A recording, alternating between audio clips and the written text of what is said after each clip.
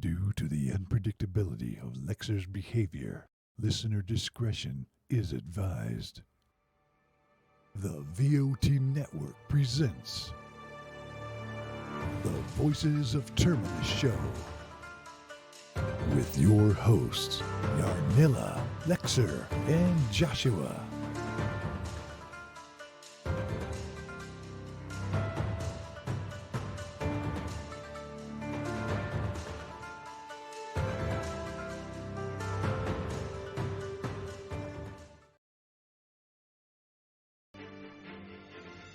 Welcome to the Voice of Terminus show, everyone. I'm joined by Lexer today. Say hello, Lex. Hi. Josh isn't here. God riddance! But we Tired of have him taking all the ladies. we have the wonderful Shy with us as well in the background, who will be taking questions and keeping an eye on chat and my normal stuff. entertaining you guys in chat. And we're joined today by somebody special, Budrik. Say hello, Budrik. Welcome everyone. Thanks for coming.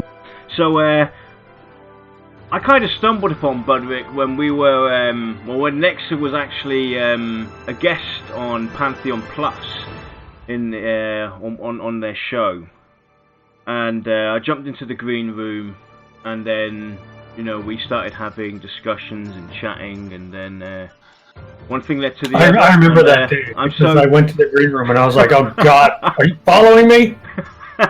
So we got to chatting, Budrik and me, and so I'm glad to have you here and talk to you a bit about Pantheon and get to know you a bit and introduce you to the community. So Lex, let's go and kick this interview off and put people out of their misery. I don't know. I kind of like it when people are in misery. Kind of feeds my soul. What's left of it? Or what's left of it? What are you talking about? You don't have a soul. Well, it depends on who you talk. If I got one. Okay, let's get started. Mr. Budrik, can you tell us a little bit about your gaming background? Yeah. So, so I was brought up on Sega Genesis. Me and my brother and sister grew up playing different games on Sega. I remember like Tecmo Super Bowl was one of them. The Battletoads, I think, is another one. If you guys that was a hard game. Yeah, it was. Like I could never get past like the bikes, where you're on the bike and you got to kick the other guys off. I could never get past that. So from then we got like a Super Nintendo. And then we got a Nintendo 64, and then we got a PlayStation 1, and then a PlayStation 2, and just kind of grew up on consoles until like I was about maybe 10, I would say. About 10 is when I started getting into like computer side of it. My uncle and cousin grew up on computers, so they were all like into EQ at the time and all that. So they kind of introduced me into that part of it and went down that road. And then once I played EQ, I remember I was like 10 and I was running around. I didn't know what was going on. I just like died to some skeletons and like I was like, I don't like this game. It's good. I didn't understand it, but and then like I started getting more into like EverQuest 2 when that came out. I remember like that was a huge controversy between like the following of EQ1 because it wasn't going to be the same. And in the meaning of that, or in the middle of that, was WoW, I think, came out. So I started playing WoW with my friend. I played that for maybe like 2 years. No, I never got into like the rating side of it. I just got my character up maybe like to halfway. And then I quit that and played some other games. But I've always been gaming. I've always been playing shooters, strategy games, action games, RPGs, MMORPGs. From now, I've played like every MMORPG there is. I like to shake the surface a little bit when it comes to each game, but each genre. But I would say that my favorite is probably MMOs, and there hasn't been a good one for a while, so I feel that we're due. feel Amen to that. That's for the sure. community's like overdue, you know? Yeah. It's kind of like, the whole human extinction event. We're overdue. Yep. Right, yeah. When it comes, everyone's going to be screaming and losing their mind. I don't want to be overdue. It's like that one big tax return. It's like that one big tax return that you're waiting for. Right? We're waiting on what? A couple grand? Everything's just resting on that one moment. Yeah, I've been having to give money to the government every year. Come on. Oh God, I don't let me touch get that something back. Yeah. So now you're on. I mean, he does. Yes, I do it religiously like a good boy. Yeah, he's on top of it. But now that you're on computer, do you have like a real fancy computer setup, or are you like minimalist, kind of like a modest setup? Or are you like Jan? Making me do everything. Are you like Yarn where you have broken together with duct? Exactly. Yeah, basically a cardboard box with some electronics in it. Well, we do know he has a cardboard box. I do, yeah. I got my. And you have to pray before it starts to get it to work, Yeah. No. So yeah, I am one of those that built a new system for the game. Yeah, awesome. So I'm running a Ryzen build. I think it's 2700 is my processor. So I got a pretty decent processor in it. Stock cooling, Asus motherboard, GTX 2060 Zotac chip for video card. I got a nice sound chip in here. I got 2 8 gig Ripjaw sticks of G-Skill. And then I got it in a NZXT case. So it's pretty good, man. I've been able to handle every game on the highest settings and getting over 60 frames per second. So. Oh yeah, my computer is quite a few years old at this point, and I keep wishing I had a Ryzen. What do you got? I've got a 12-core Intel. Okay, cool. 32 gigs of RAM, bunch of hard drives in there. But mine's a workstation. Mine's not a dedicated gaming machine. I work with. Yeah, right. Yeah. Yeah, Ryzen. So, little different requirements. Build, yeah. Well, I think Ryzen came out 2 years after I built this. And I was like, damn it! I should have been patient. I just can't wait to get my new rig. I really can't. Yeah, and then Yarn's going to have one. What are you getting? I'm going for the Ryzen 9. Oh, nice. Yeah. AMD. He's going for broke. Pretty cool stuff. Yep. Yeah, I know. Yeah. How much are you looking to spend in it? I'm going to put about $1,500 in it. Yeah, that's good. Yeah. That's probably what I put in mine. That's a pretty standard amount now for a dedicated gaming machine. Yeah. I'd say $1,500 to $1,500 is pretty. Which kind of makes me feel old because when I was first building gaming machines as a job, people were buying them for $700-800. Yeah. We were still making money. I mean, when you look at it, right, you got all these machines out there, all these big names that build these custom-made PCs. And when you look at the pricing, it's like, I sometimes question, I question the policies and why pay $2-3 grand more for a custom designed system. It's like there's nothing different in there than what I'm buying in bulk from some supplier. My Ryzen 9 is going to be no different than a Ryzen 9 made by some glorious custom build company. Apart from them putting in the custom cooling system and everything, but it just boggles my mind that people spend $5-6 grand on these so-called gaming PCs. It's I'd rather put. Hey, if you had the money to spend, you probably would. I wouldn't. Yeah. I wouldn't do it like that though. I'd go all out. Yeah, definitely. But I would never buy off of I think that's a little too much because they go outdated. But I mean, if that's your hobby, that's your thing. You might as well do it. If you enjoy it, do it. I always tell people that you should at least build one PC because it helps when something breaks and you need to replace it, instead of taking it to like Geek Squad and having to mortgage your house, you can do it yourself for like nothing, you know. But to each their own. In the end, it's each their own.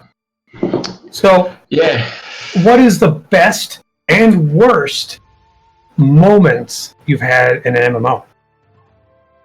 Oh man, that's pretty tough. I would say a really good moment I remember in an MMO is because I have a few, you know, but one of my favorite, I guess, moments that happened to me was when I'm trying to think. Oh, recently even. So like a few years ago, I don't know if you guys played Guild Wars 2.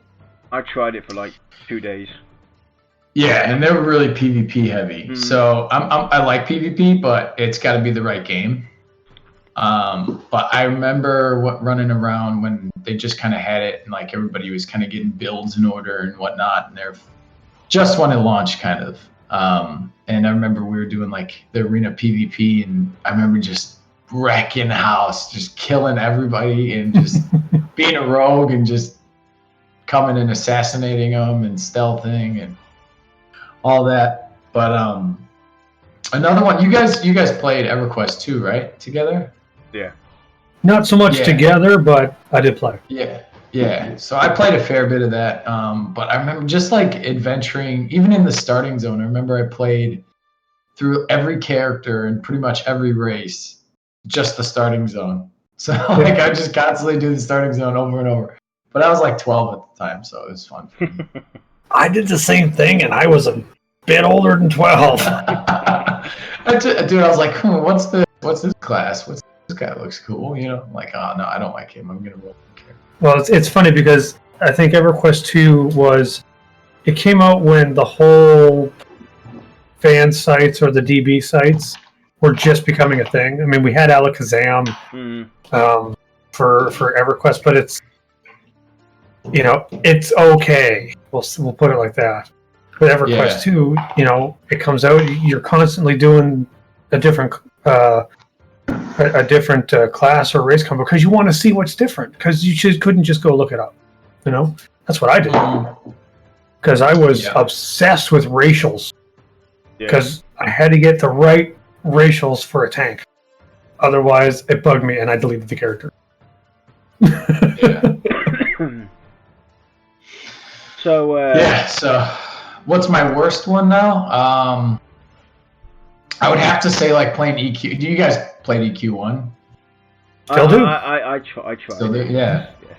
Yeah, I'm thinking about starting up on the green server again. But no, it would be like it'd probably be like dying in lower Guck or something sometime and not knowing where my body was at, you know, spending the next 2 hours trying to find my body. So, yeah, I'm pretty sure everyone can share that pain. Yep, Guck. Yeah. Yeah, it was a good zone, man, but it was one of those zones that was like, I don't know if it's just the visuals on it, but it was like that gritty zone that was just a labyrinth that everybody struggled through. So, sticking to MMOs currently, what is your take on the MMO genre at the moment? A lot of people are disenfranchised. Are you kind of on the same page as everybody else? That's it's kind a little of disconnected. Bit. Yeah, I'm a little bit disenfranchised, but just because there hasn't been anything good in the past, like 5-10 years, well, 5 years about anything that I'd like anyway. Mm-hmm. But I don't know if I would want another like. I want another EQ, but I don't want it to grow to a WoW. You know, like I don't want another WoW. I want a good MMO that has like a nice, good community that has a strong player base that's not going to just be flooded with everyone and then just kind of just toxic people come in and then they just kind of taint the whole community. It only takes one person to pee in the pool to make it bad. Yeah, exactly. So it's hard because it's like I want every player to come and experience it, you know. But one thing I would say though that EQ had that no other MMO had was like the respectability among players. And it didn't seem like anybody would be out of line or they would just like act normal, you know, or act straight. Mm. Yeah. And in WoW, like you could just say whatever, do whatever. No one cares. Yeah, there were literally like, no consequences. respect. Yeah, there's no consequences. Like you don't get labeled with you, and like there's in-game player consequences, but then you could also get banned. You never know. Yeah. Right. But yeah, I just hope VR kind of upholds that, and they're respectable. They're not going to just be outlandish and like just listen to the community, like, oh, this guy's been doing blah blah blah, rather than like monitoring him and seeing if he keeps it up, and then having some evidence to ban him. But I don't know. We'll see. I've always been a fan of the community basically policing or managing itself. But everything has to be there for that to happen, like with EverQuest. With EverQuest 1, the first Time Lock purchase, or I think it was called Ragefire, I joined. I was on the hype train, and there was a guy who was constantly just running around. He was a monk, and he was training everybody and anybody. And eventually he got to the point where he wanted help doing like an epic, and everyone's like, no, we're not helping you at all. It's like, deal with it. Yeah, and I'm sure he had to roll new character, Or he at least had to buy a rename, which still kind of ticks me off a little bit. That's actually a good question from Thorndeep.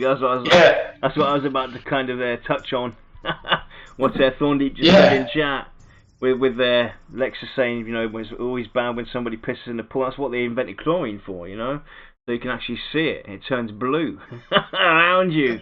Yeah, right, yeah. Yeah, when the community can police itself, the pool turns blue when they pee in it. Yeah. And everyone knows who did it. Yeah. Well, I wouldn't mind seeing somebody get like flagged so that they couldn't rename the character, and then they're forced to either delete them or make a new one, or make new. Put them all on their own island. Let them fight it out. Yeah, put them on a. But I don't know. I don't know if that's really respectable. Or basically, put them. If it was me, I'd put them on a spot. I'd have them flagged so that everybody can see that this is somebody that's misbehaved, and it's kind of like you can't go into any city. You can't even go into your own home city. You're gonna get killed straight away. And it's something that you carry for punishment for being an utter douchebag should But the punishment needs to fit the crime. Oh yeah, definitely. Even put him in prison. Put him in an in-game prison.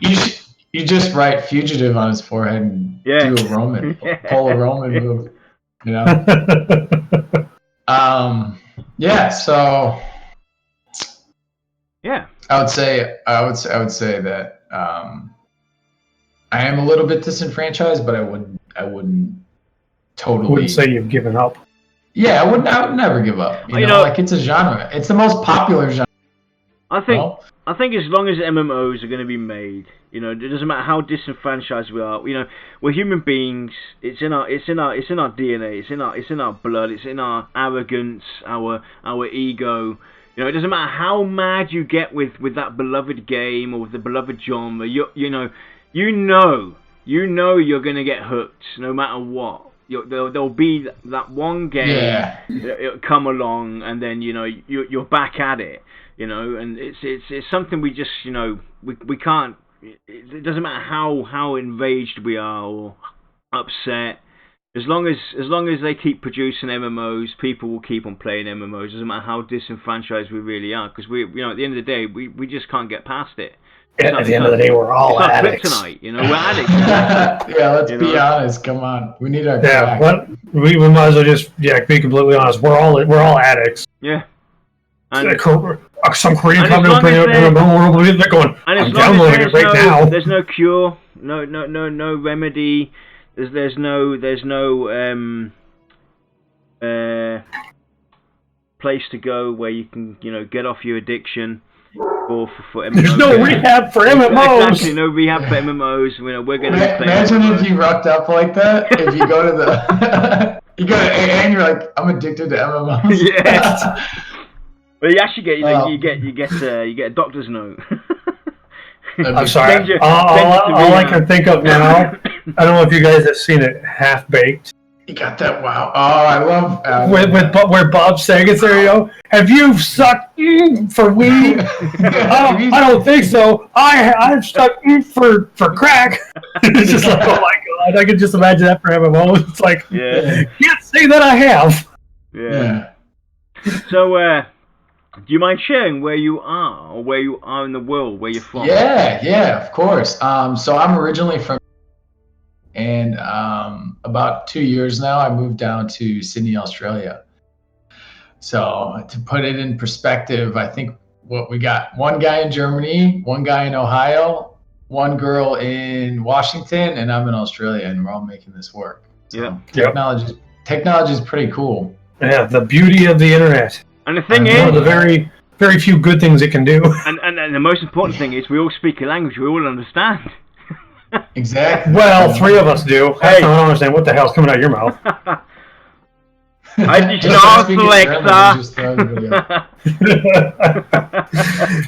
I keep trying to get fired, but he won't fire me.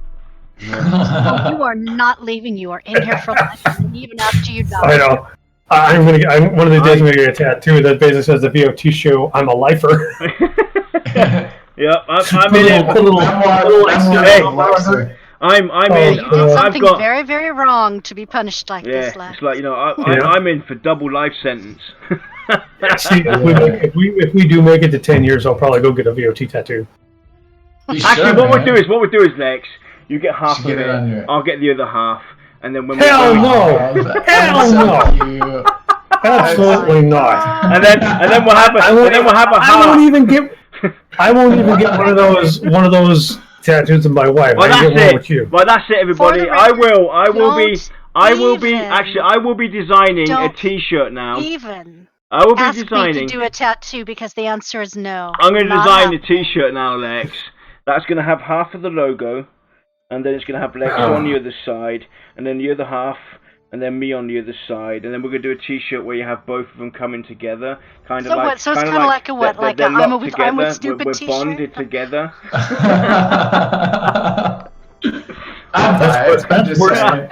See, that's what happens when we do these shows. We come up with the most craziest ideas. Oh my god! Let me jot this down real quick while Lex carries on the discussion. You realize if we had that shirt, I'd only ever wear it once, and that would be going to a convention where we're both. Hey, then we can go. Hey, then we can go to rehab. Just live stream. We can go to just rehab. Live stream. We'll get rehab there. Yeah. Exactly, Thorn. Exactly. You guys need like the BFF necklaces. Oh hell no!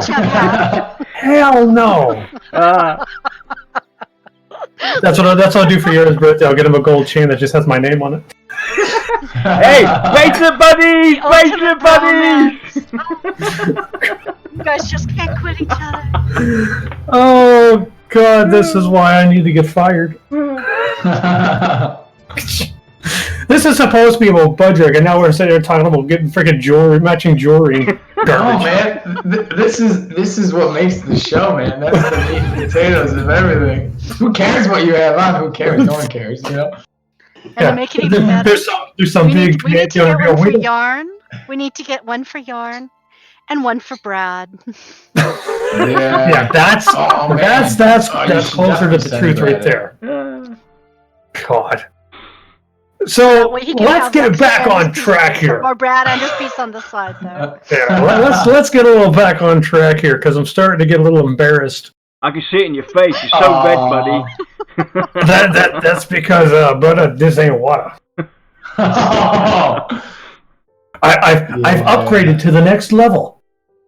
Yeah, you got straight moonshine in that. Right? Hell yeah! If I ain't seen your vapor trails, I ain't drunk enough. Okay, so when and where did you hear about Pantheon first? Oh, all right. So I originally heard about Pantheon back when they announced it, like 2013, was it?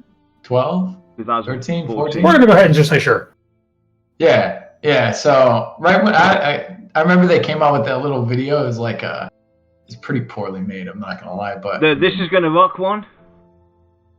Yeah. Yeah. You gotta work with what you got. Yeah, I know. Well, I mean, they didn't even have a team at that. But they had like 4 guys or 3 guys, I think. Mm-hmm. But yeah, so I originally saw it and I didn't know, like, I was like, oh, you know, and they're like, I remember my cousin be like, yeah, that's the team that came from EQ or made EQ though. And I think he was talking about Brad, and I had no clue who Brad was. I was like, oh, cool, you know. At that time, I was looking at EverQuest Next, which was a you just opened up a whole world of pain.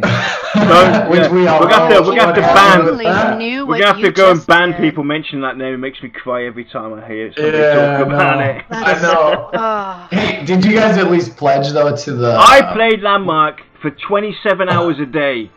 But believe it or not, I actually made an extra 3 hours a day in that game. Oh my god. He would travel with his computer on a train so that he would go back time zones Exactly. so that he could play more. Exactly.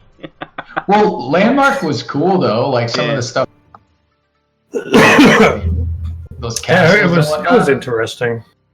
I never played though because I wasn't interested in the building aspect. I was more just I wanted to fight the big freaking golem and junk.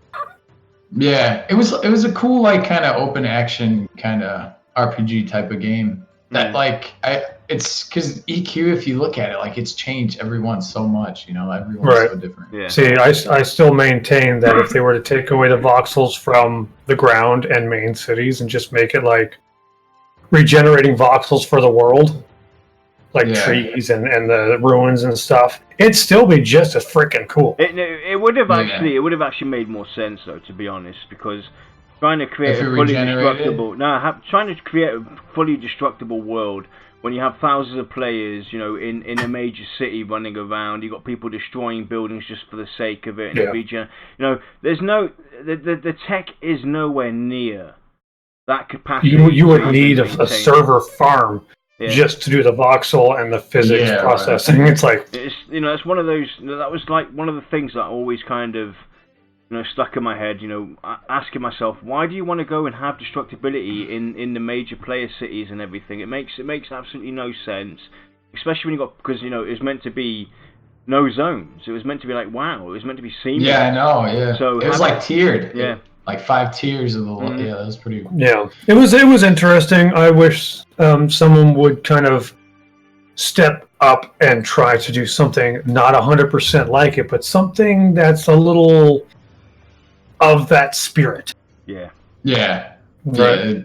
That'd be cool. But back to Pantheon though. I think that's when I was watching that and then I saw that it failed and I was like, oh come on, So I was looking around and I remember. Pantheon was, I think did it even have a different name at the beginning? I'm pretty sure the name was. I don't think so. I know were Crusaders. I know they. The Dire Lords were. Was it Pantheon Rise of the Fallen though? I don't remember. But I think just a couple of classes. I know they had plans for dual shields at the beginning. Yeah, I remember that. Thank God that fell through. Yeah, I know. I was like, oh, Yarn, what have you done? You have said what should not be spoken. Yeah. Dual shields are my let me make a note. Dual shields achievement. Nope. Yeah. I ain't putting it in there. Right times too, because I don't like it. Yeah. But, see, Budrik's got a good head on his shoulders. Man, I love tanking, dude. So like, they would just ruin tanking completely. Basically, just curl up in a ball and start crying. Yeah, and just protect yourself with 2 shields. Hey, dual shields, it's the tank equivalent of a healer. No, it's not. You're basically just curling up in the fetal position. Going, please stop hitting me. I know they would make like the ultimate tank, but that would ruin the game. Tanking is not just being able to take hits; it's being able to maintain threat. So you couldn't maintain threat if you can't do anything to them. Yeah. But anyway, when you first learned about Pantheon, what was your kind of initial reaction to it? Yeah. I didn't like it. I just thought it was just like a weird twist to the characters and races and all that. But obviously through time, I actually got to like read. Understand the art and concept behind it. That's more like I'm behind the scenes type. I like where they like gather their ideas from and put it on paper and see like why they went this route and what drew them to that, Or sometimes it just happens organically where it just like you just draw and like that's what you come up with, Yeah. See, I'm a big fan of knowing the process that a designer or a developer goes through. Yeah. Like, they don't just say, "Oh, warriors can only use sword and shield." It's like, well, tell me why. Yeah. There's got to be some explanation behind it. Yeah. Sure. Yeah, if it doesn't, maybe, if you don't, maybe then don't it's help all right. me. Yeah, it's like if you don't help me understand why you made a decision, all I can think of is it's a bad decision. Yeah, I hate when they're like, "Oh, we just want to design it because we think it's the right way." And it's like, Right. No, give me some insight, give me some meat to hold on to, to bite into. Yeah, don't just throw me information and assume I'm going to consume it like a good little monkey. Just be like, yeah, okay, you can do whatever you want. No, but then again, we're players, we don't have any say really. We're probably going to play the game anyways. Not really, but it's just something we like to see, though. As a designer, I love to hear what people have to say about certain ideas. Well, it's not just that. It's developers will be surprised, on how many people actually think the same way we do. Like Budrik or yourself or myself, wanting to hear, how they came to a decision on why they're doing a certain thing. Actually, I think most of the people in chat would agree with us that is something that they would like to know, and it's something that developers should take an ear to, and try and ride that horse, because it's information that keeps us fed, it keeps us hungry, it gives us insight into the the thought process all behind it, and it's actually vital information. It makes you feel like you're a part of the team. Exactly. Because you're not just on the outside getting information thrown at you, which was fine back in the day. Things are changing, or things have changed, so it's time that the process changes too, I think. Yeah. But moving on, what do you think is the difference between Pantheon and all these other MMOs that really had you excited? I would say probably the core pieces to the game, the core aspects that they got as their foundation. Mm-hmm. Yeah. Or their pillars. They're the pillars. I like their team too. I think that they got some pretty veteran guys behind that. And I like that they brought Joppa from the music side of it into it, and also promoted him and made him executive producer or whatever he is. I think he's still my favorite.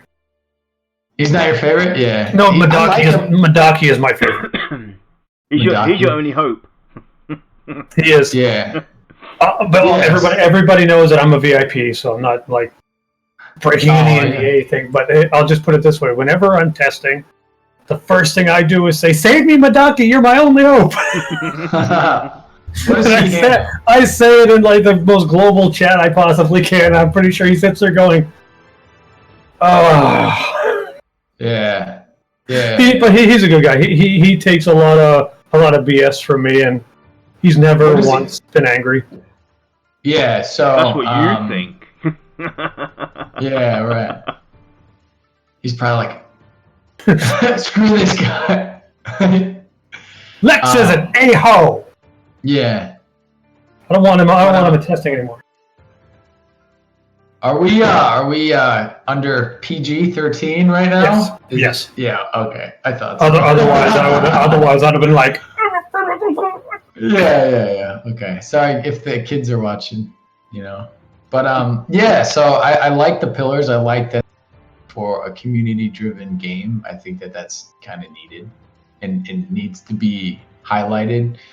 I like the fact that they're sticking to the old style of MMOs. Tab targeting, because let's be honest, that it should have never gotten away from that. I know people expanded upon it and changed it and flipped it and did everything they could to it, and it just never was the same. It never was what everybody craved. But I like the fact that they do that. As I say, it's one of those things where I might like action combat, for example, Terra. It's okay. It's not really my thing. It gets boring though. But I'm glad that somebody did it. Yeah. So that I can know if it's what I like. I'm glad that they did that. People underestimate the power of tab targeting and what it actually offers. It offers a lot of strategy. There's a lot of strategy behind tab targeting. What people seem to forget. You tab the counter, or you tab the wrong person when you're trying to do a heal or something like that. There's a lot of things that can go wrong with tab targeting when you're not doing it right, and it does add that level of challenge on top of it with action MMORPGs. While it was great to see how that could progress and what that could offer, there really isn't that much of a strategy behind it anymore, because as soon as that happened, the encounters reacted different as well. You could see when the encounter was going to do a special move, because that was automatically programmed into the generics of the action combat, so that you could see where to position yourself and everything. So it might have been different if we didn't see initial reactions of the encounters. It could have been very interesting, but it does get pretty boring pretty much, because you're rolling left and right, running around in circles, moving out of the way. There really wasn't any thought going behind it. Well, alright, so I think what they generate from it is, one, they kind of like the more on the fly type of gaming. Yeah. But also that because once you go from tab targeting to actually into like action combat or half action or whatever it is, you kind of lose that strategic element of it, and then you kind of stream more lines along the lines of like skill. So you use more skill-based type of combat to get better at the game rather than strategy and working through things. Because that's the dynamic part about it, I feel. So I presume that you've also played some action-based combat games, right? MMORPGs. Yeah. Let me ask this then. Sidetrack real quick here. I'm sure I've done it. I've played action combat game, MMO. I get back into my tab target MMO, and I'm trying to react like that action combat character in my tab targeting game. I'm like, what the hell's going on? Has that happened to you? Yeah. Well, you don't have a very modular mind. I'm playing through ESO right now. Just roll the character I bought. It was on a Steam sale, so I was like, I'll pick it up. I get the whole game plus all the expansions in one thing, and I played probably like 2 hours of it. It's not. I like it, but the combat system's kind of weak. Yeah. And that's all action RPG. I feel the same way. I feel like I'm playing a dumbed down version of Skyrim, and I feel that it should just be a single player, not an MMO. Right. Yeah, kind of. I also had a problem with ESO to where it feels like they're throwing way too much stuff at me to do. Yeah. I always get sidetracked. And then all of a sudden I go from having a bunch of quests that are like a level or two ahead of me to everything is great, but I still have like 15 ones that I just picked up, and it's like, fine, I'll just abandon them. Yeah. It just feels like there's too much. Yeah, so it's overwhelming. It's like you don't know where to shift your focus really. Right, and for me, eventually I just said to hell with it, and I just was grinding on dungeons because none of the quests meant anything to me. Yeah. But that's just the way I roll. Yeah. So, but yeah. I would think that the pillars or what have you is definitely what needs to be able to be the foundation to the game, or even like the bottom layer. They have game tenets too. If you guys know what the game tenets are, if you look on the, I know what they are.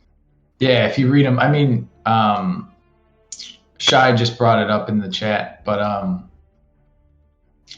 yeah, I think that I didn't even know that they had game tenets, to be honest, but. They hey, you learn something every day. They're like the I 10 know. They're like your 10, right? These are all what I want. Everybody has to learn the game tenets off by heart. It's like the 10 Commandments, right? You have to learn them off by heart. I don't know the commandments off by heart. I'll have them tattooed on your chest, Lex. Don't you worry. Bring it on. Put them on the back of the t-shirt. You know the most important one, Lex. Don't kill Shy. That's the most important one. Don't piss me off.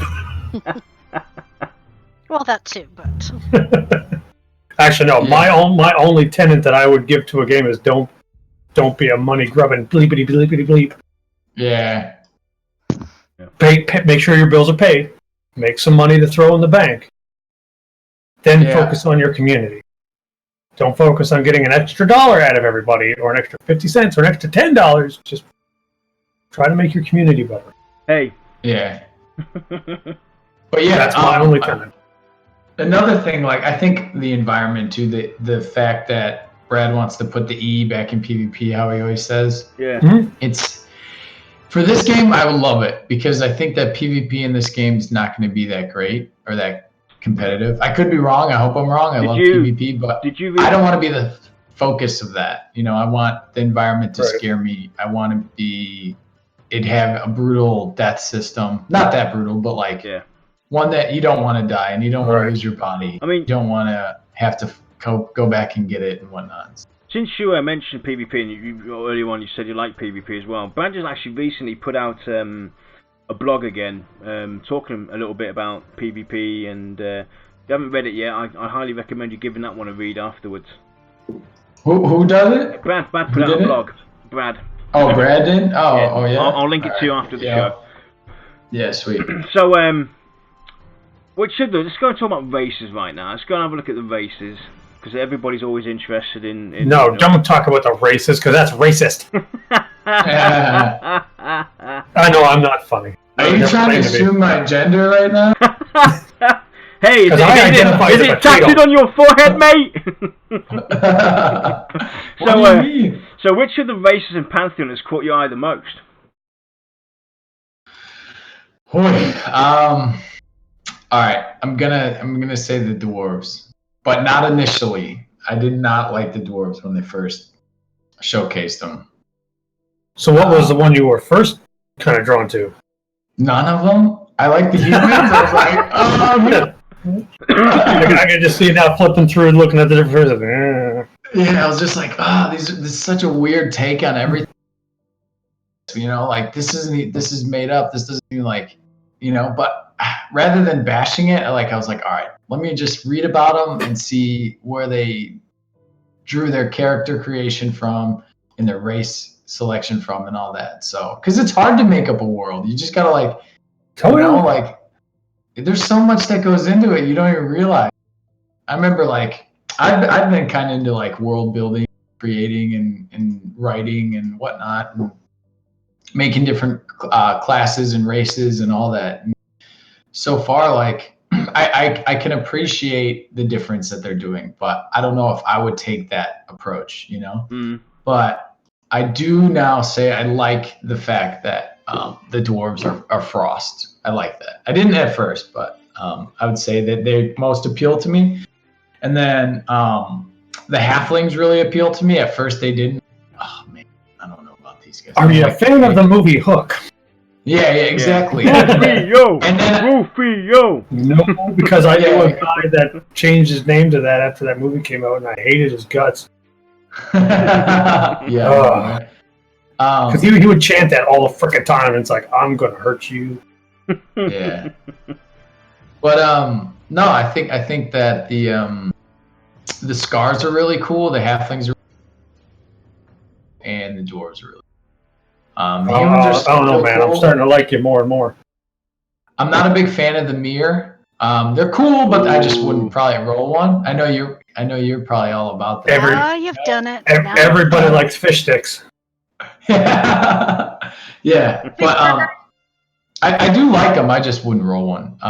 But my least favorite is probably the elves. Not a big fan of the elves.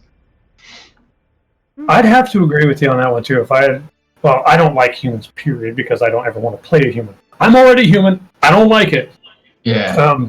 But the elves were always one of these really deep, rich lore style races. This one just doesn't feel like that. Yeah, but kudos for doing it different. Yeah. It's just it doesn't feel right to me, but I never play an elf anyway. I found it they're good. Elves, but they're just they're elves, you know. They're like farmers.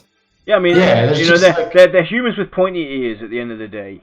You know, it was refreshing, you know, because I'm just fed up with these snobbish, long pointy eared we're older than everybody else, we're smarter than everybody else attitude that they've had, and they've kind of Damn, like, humans, get off my lawn. you know, Jealous, yeah. jealous, jealous. Yeah, I just That's what so. your jealousy is speaking out again. Hey, Oh, sorry. Are you who's an the elf? king? Elf? Who's the king in Lord of the Rings? A human? Yeah. Not an elf?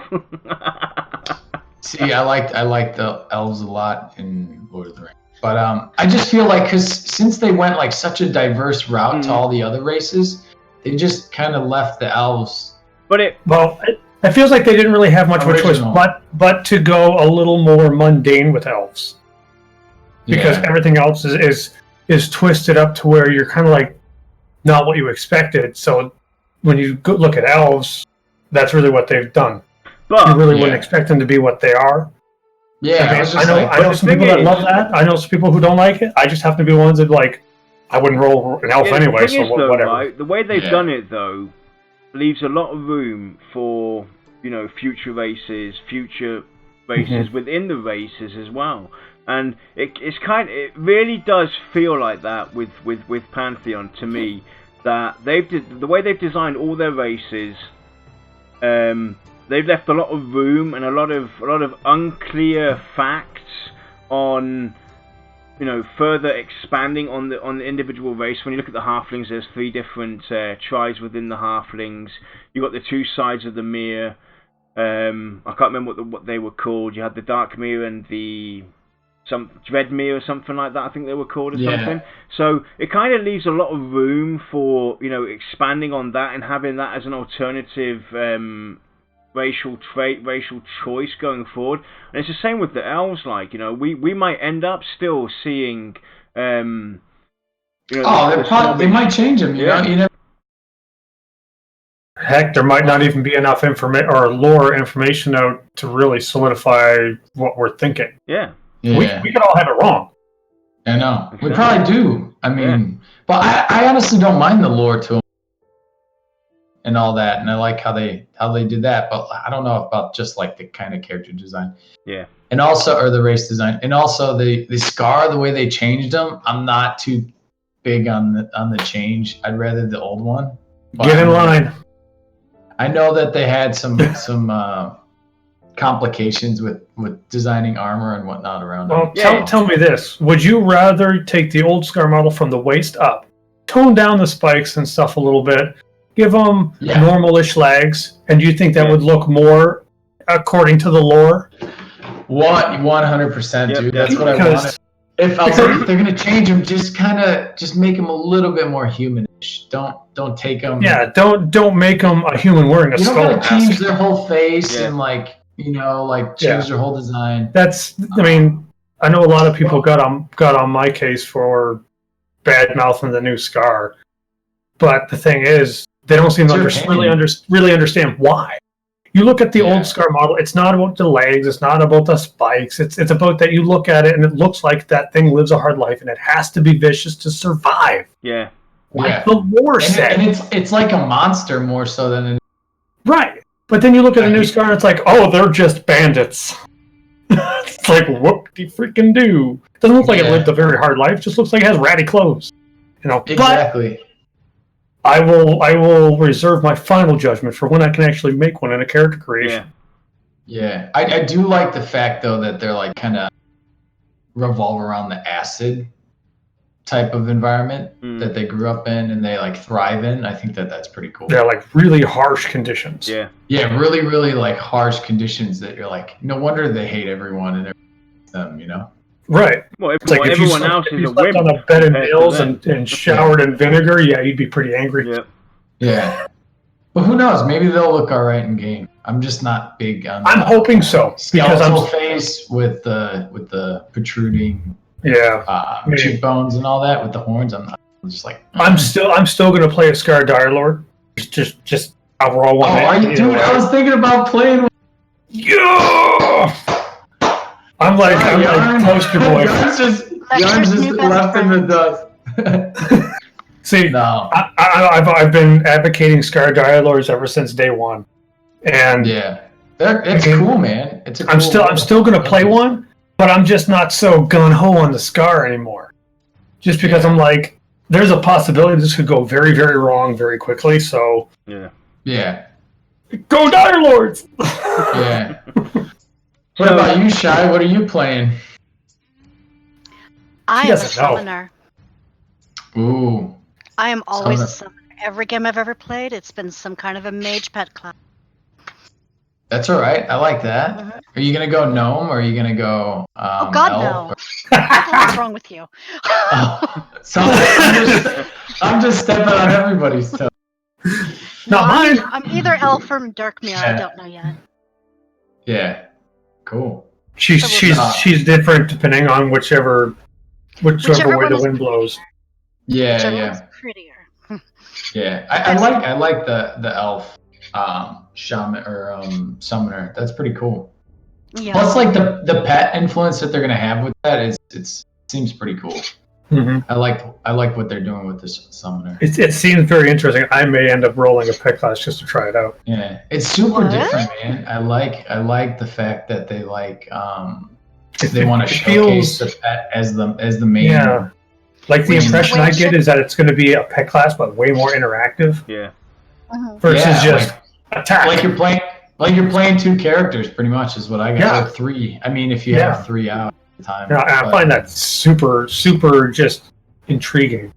Definitely. Yeah, So, do you but think? it should see. Right. Do you think the way the races have been portrayed in current MMOs that even matters anymore? Though, what race you pick? Oh yes, on like so many levels. Yes.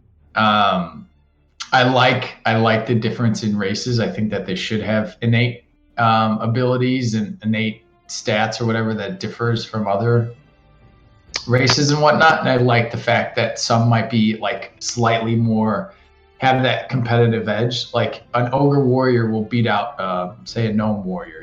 Just from the sheer size of it. Or it's some aspect of being a warrior. Some aspect of it, just because like they fill that lore piece to where it's more along those lines that they can they just have that in them, it just makes sense, and I like that. And I like when people the grain on that and say, no, I'm gonna roll this gnome warrior because I want to have a challenge in it, because I'm a bit like that too, like I like playing what I like, but I like character design around an image of each race. See, that's the thing, though, right? That's what ogres would always presume. That hey, I got the size, the weight, the mass over this halfling or whatever. We all know the story about David and Goliath. That little rock. Yeah. What it did to him at the end of the day. But warriors can't use slings. Yeah. And, maybe that's their throwable, but one shot to ogres. Yeah. No, I like the dynamic, and I think something that enriches the race and the class and binds the two together a little bit. But nothing that's like too overpowered. We're like, if you don't roll this race with this class, then we don't want you in the guild, or we don't want to group with you. I don't want that to ever come into that, but I just want that competitiveness in between that. So, See, I always love it because it helps me almost identify more with my character, because he has strengths, he has weaknesses. Yeah, exactly. Every character should have, but like, I mean, I like the fact that they're doing. Every race can't be at any class. I like that they kind of keep that separated, because once you do that, it's just like, then it doesn't mean anything. That I think it takes away from the importance to it. Yeah. Alright, so from the races that we currently have, let's go and twist this question a little bit. If there was one race you could do without with, which one would it be and why? Man, I know it's hard. It's hard, but probably the Archai. And I say that because I think every other race needs to be in there, because the Archai, it's made up, it's new, like they don't really need that race. I really like that race, but Probably would never pick one, and if I did roll one, it would probably be a monk or something to go along with the lore. But or a wizard, because I like the fact that they can they choose one wizard out of it all, each year, whatever it was. Yeah. But I would say the Archive, just because I like their gnomes as slaves and all that. That's so cool. But yeah, I just don't. If they change that, if they totally remove that, I wouldn't mind. I'd be like, oh, okay, I see why they did that. Or if they completely change the whole character, then I'd be like, oh, okay, I see it too. But I like the difference in what it gives and what it adds. So I don't know. What do you guys think? In terms of race, what race would you could be like, all right, I could do without that race in this game. Doesn't matter really why, just what your initial thought. Humans. Humans can go away. Yeah. Humans are boring enough as it is. I don't need boring humans in armor. Yeah. I'm a human in real life. Why Right. do I? Yeah. But I acknowledge the fact that some people like that, so whatever. Yeah. I think humans is fun though, and I think if you can make them look cool and because they get any class, so. I think the problem with the humans is the fact that humans have always been portrayed in MMOs or in games in general to do it all, be it all, and I think that's what's kind of a nuisance, a hindrance, annoyance to a lot of people is that the humans again, they can do it all, be it all. They're like the safe decision. Yeah, and then there's no real background. You've got this race of humans, and that's it. Yeah. The only difference you really ever had was within EverQuest. Like you had the good humans, Kanos. You had the Freeport humans, the bad ones. But that was basically it. There was no real difference there. One was praying to the Lucent God. The other one was praying to Antonica Baal. This, that, and the other. And they could do so much more with the humans. If we look at the human race, look how many different races and personalities and looks and feels we have. Look at Danish people. They're average, the Danes are huge people. They're 2 meters on. Oh, you mean on size? Size for character and everything. The way they look at them. We're all different. Yeah. Well, you could change all that, right? Yeah, you can change stuff in your person, like your height and all that. Yeah, it's also what humans came along. Like by then, I'm sure that it would be like a mix of every type of human.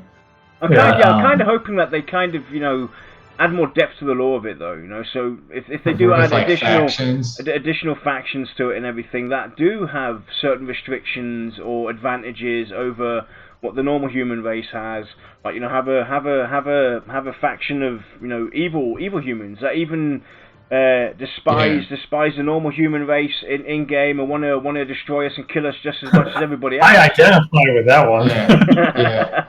I wouldn't mind seeing like Thronefast become a tyranny system, like the King of Thronefast. You know what's going to happen. You know what would happen though. So if a character can take it over and be a tyrant, someone's going to make a character named Joffrey, and he's going to be small, and he's going to be an annoying little. Oh yeah.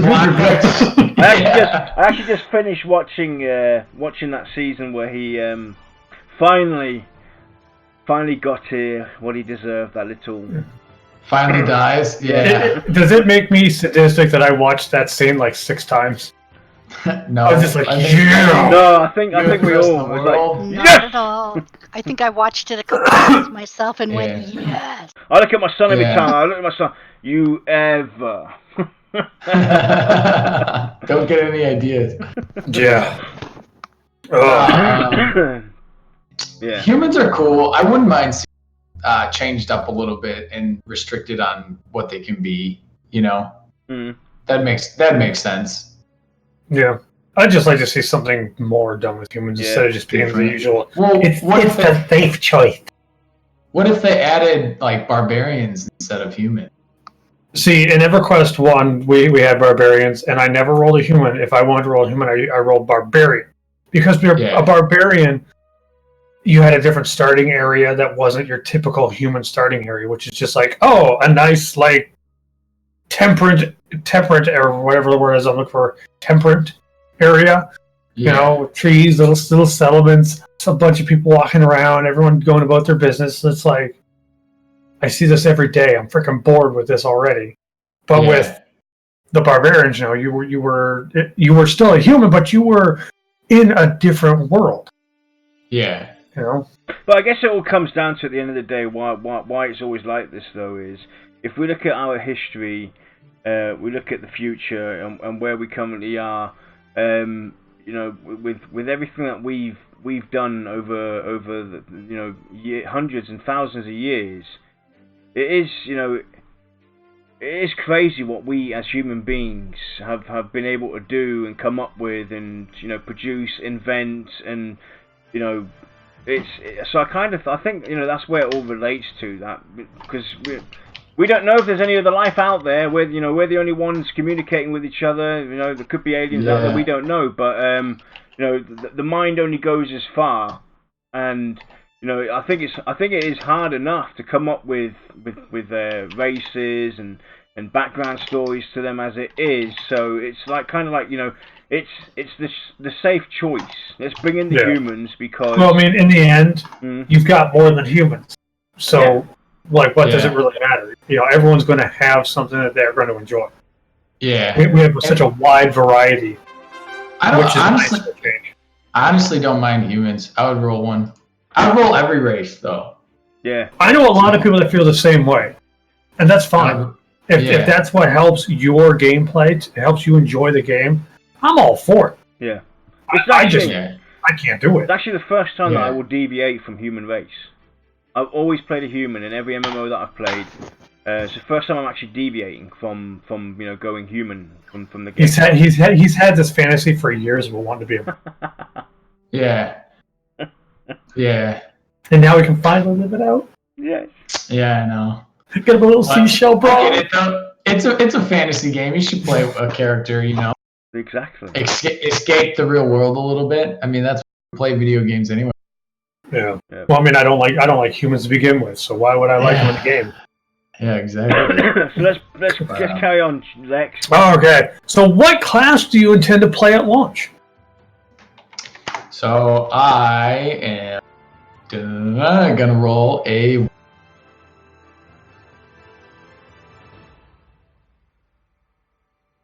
You guys there? Yeah. Yes, you cut out for a second. Oh yeah. I read it though, warrior.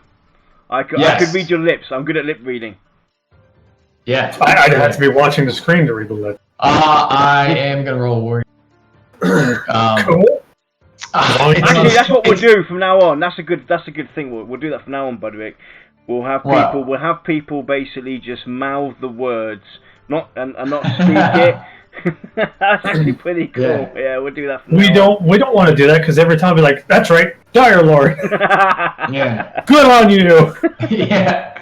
No, man, I don't know too, because like I want my first choice, Noah's choice, was a dwarf warrior, and I'm gonna stick with that because I think that's what I want to play all amongst every other type of class and race that I've came in my mind that I agreed upon that I wanted to play. And I've always gone back to that. But I wouldn't mind rolling an alt of a Dire Lord, Scar Dire Lord. I wouldn't mind rolling an alt of a Halfling Rogue.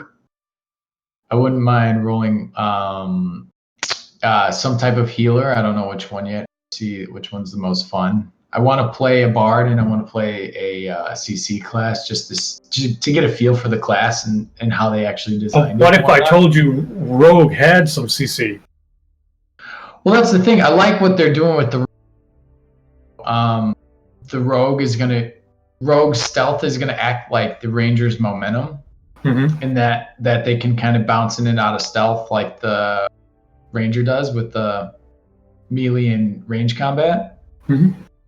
I love that, and I think that could be really, really cool. So I think it's also going to be visually pleasing, to the eye to watch a rogue do his thing. Yeah. See, But I can't play a rogue out of respect for anyone that has to group with me, for the simple reason of the fact that they can pop in and out of stealth. Every time I pop back into stealth, I'll be like, ninja vanish! And it will drive people nuts. Yeah. Yeah. So I think that aspect, but I like the ranger and what they're doing with the momentum thing, but I just don't think it's the classes for me. Maybe if I did, it was hard not to roll a ranger elf, but I don't like elves, so I probably won't do It's a that. problem solved. Yeah, so that one's take it off the list. But yeah, I don't mind the mirror. I think a mirror would be cool. I don't know how the paladin though is gonna be as a tank. Weak. Plus it seems pretty limited on the race selection that they can be. Alex, you promised now. I have proof. Told you, I didn't promise anything. You just did that with CGI. What? Yeah. I'll have to show. If you haven't seen it yet, I'll have to show you that video. I think I have to remind Dexter. I lost a bet. The next show, I will have that video running every time. Yeah, I lost a bet and I had to apologize to Paladins. Those filthy, sissy Paladins. Yeah, but it's pretty sorry. What they're gonna be doing with the stun and the undeath. Yeah. Paladin might be your best friend. You never know. So I wouldn't curse him too much. I married a Paladin. Oh no! So yeah, there you go, best friend, right? And every time I make fun of Paladin, she looks at me like, "I'm about to slap you in the next week." Yeah. It's like, sorry, dear. I don't mind Paladins. I like the whole aspect to them. They work. I don't mind Paladins either. I have a problem with the people that play Paladins in a very lazy way. Yeah. And then talk like they're the greatest thing to ever happen. Yeah. You don't see that with almost any other tank class. Yeah. It's almost exclusively to Paladins. Yeah. And that's why Paladins have I have a low opinion of them, period. If I'm grouped to the Paladin and he's doing a really good job and he's not being lazy, I will shower that person with praise. Yeah. But my first impression will be, you're lazy until you prove me wrong. Yeah. I get that. But I have to say, why I chose the warrior to begin with was the class. I just like dwarf warriors. I think that just something. They're a pretty solid choice in almost any game. They are, right? It's like a good. I know it's a little. It's still pretty cool, but the class design of the warrior in itself is something that's like really, really cool and really dynamic that they're doing. That's not really been in any other game. They kind of pulled from different games I see on what they're trying to go for, but I like that the warrior's more of a strategist, kind of like a warlord type of warrior. Yep. In that he controls the battlefield basically, and he buffs the team, and he's really like he's your main support. I feel. I know he's not labeled as one. I will admit to this that between warrior and direlord, it's getting harder and harder to stick in one camp, because I'm a big fan of tanking that requires a large amount of skill. Yeah. Even if I don't have that skill, because it makes me better. Yeah. And that's why I'm a direlord. Yeah, even the fact though that the direlord's going to be mostly magical damage tank is pretty cool, because that's going to be super desired at points of the game. And it will be, and there are still some worries that I have about the direlord's design, but it's new though, yeah. Things change. It's not released. Even if it was released, they could do a hot fix tomorrow and change it all up. Yeah, right. But with everything they've told us about warriors, like the shield wall, the banners, I'm sitting there going, God, maybe warrior's going to be a real tough one to play too. He's just going to have so much defense, like the fact that he can just keep up a layer on him of armor. I mean, that even in itself is going to be. I think it'd be easy to maintain and keep up. Well, maybe, I don't know. Yeah, And I'm always a sucker for a really good mitigation tank. Yeah, his mitigation's just insane, you know, and there's going to be points where armor's not going to do anything, you know. Right. Whether they have like a true strike or a pure damage type of mob that you got to fight or magical, and they just get destroyed against it. So, right. Because they'll have like missiles versus armor and magic versus armor, it's just going to destroy it. Right. So that's where the Dialord would be shine the brightest. With your characters, are you usually like what style of progression are you a fan of? Like just a straight vertical progression, or like say like your character branches off into other classes kind of thing, or just are you more of a fan of like the horizontal? I feel that like the horizontal implemented in every leveling process, but it doesn't necessarily have to like govern it, you know? Mm-hmm. I like the flat leveling system, just going after level after level after level, and you get different abilities along the way. I like that aspect, and that's super classic, I think. Yeah. Originally of how it came about. But I like the how do you say it? The like different tiers you can go in, or different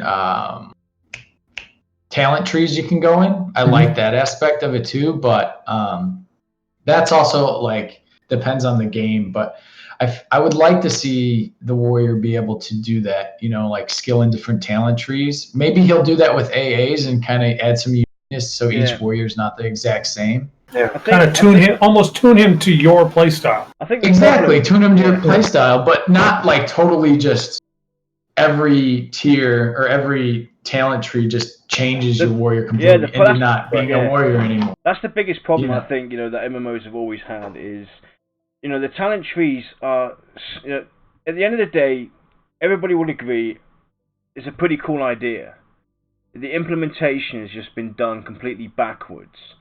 If I was a game developer designing talent trees for these classes, for these races and whatnot, I would actually look at what abilities my class actually has and build a talent tree around the abilities rather than just slapping something together that has to be, you have to throw points in here and this, that and the other, and give people options and let them actually build based upon the class itself, because that's something that's always been a nuisance. You end up with the flavour of the month, you end up with messing up your class or wanting to go down a certain path but you have to waste a lot of points, and it's kind of like or in WoW's case, you have different builds. You got your defensive, offensive, DPS, blah blah blah, and then people start moaning and complaining about doing a DPS tank. Which one's the best? This is better for you doing it this way.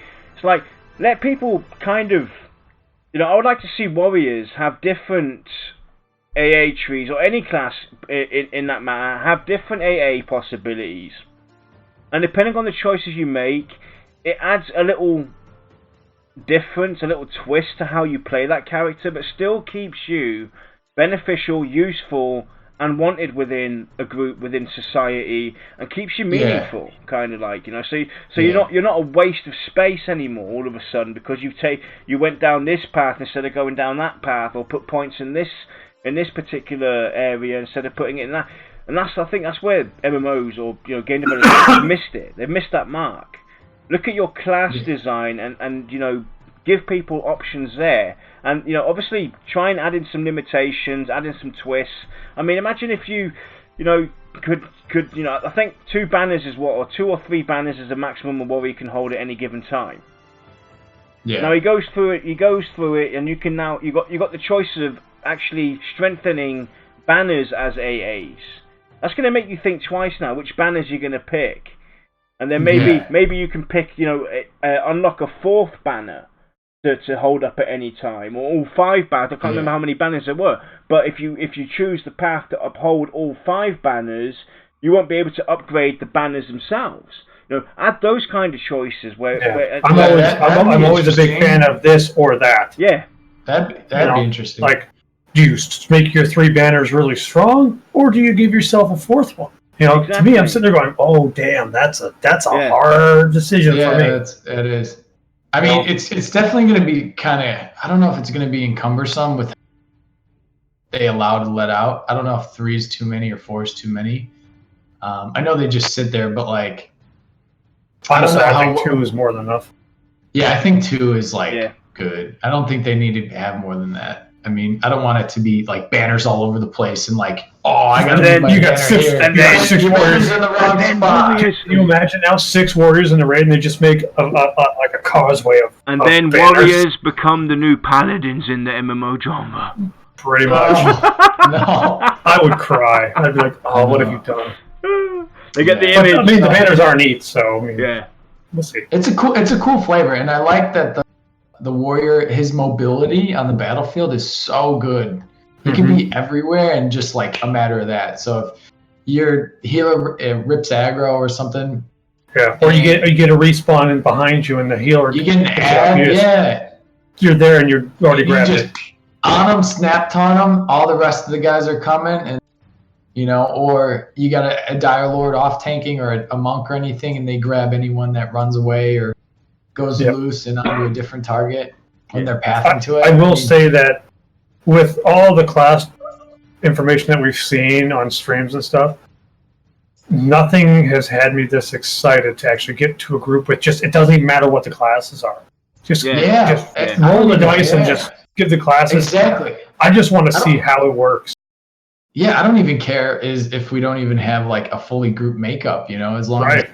I just want to see if it works, and see Yeah. if we can clear content. Give me As a long- road, two I'm- warriors and 2 healers, and let's see what the heck we can do. Yeah, long as let's see what we got. As long as they bring the Cleroid, I'll be happy. I'll do anything.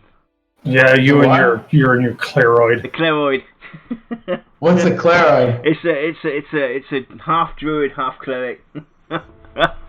Oh, It gives me Cool, that's hemorrhoids just interesting. thinking about it. I kind of Weird, so though. I pronounce it Cleroid, but it's spelled Cleroid. yeah. It's kind of like a Cleroid. running, it's kind of like a I- running gag I have with Jopper. Yeah. What do I'm you gonna guys? take What do you Java's guys side on think that of? one. What do you guys think of the cleric though? I love it. I almost want to roll a cleric. If I roll. There's a part of me from my old raiding days that I have to understand, at least to an intermediate degree, how every class works. So I will have every class to at least level 20.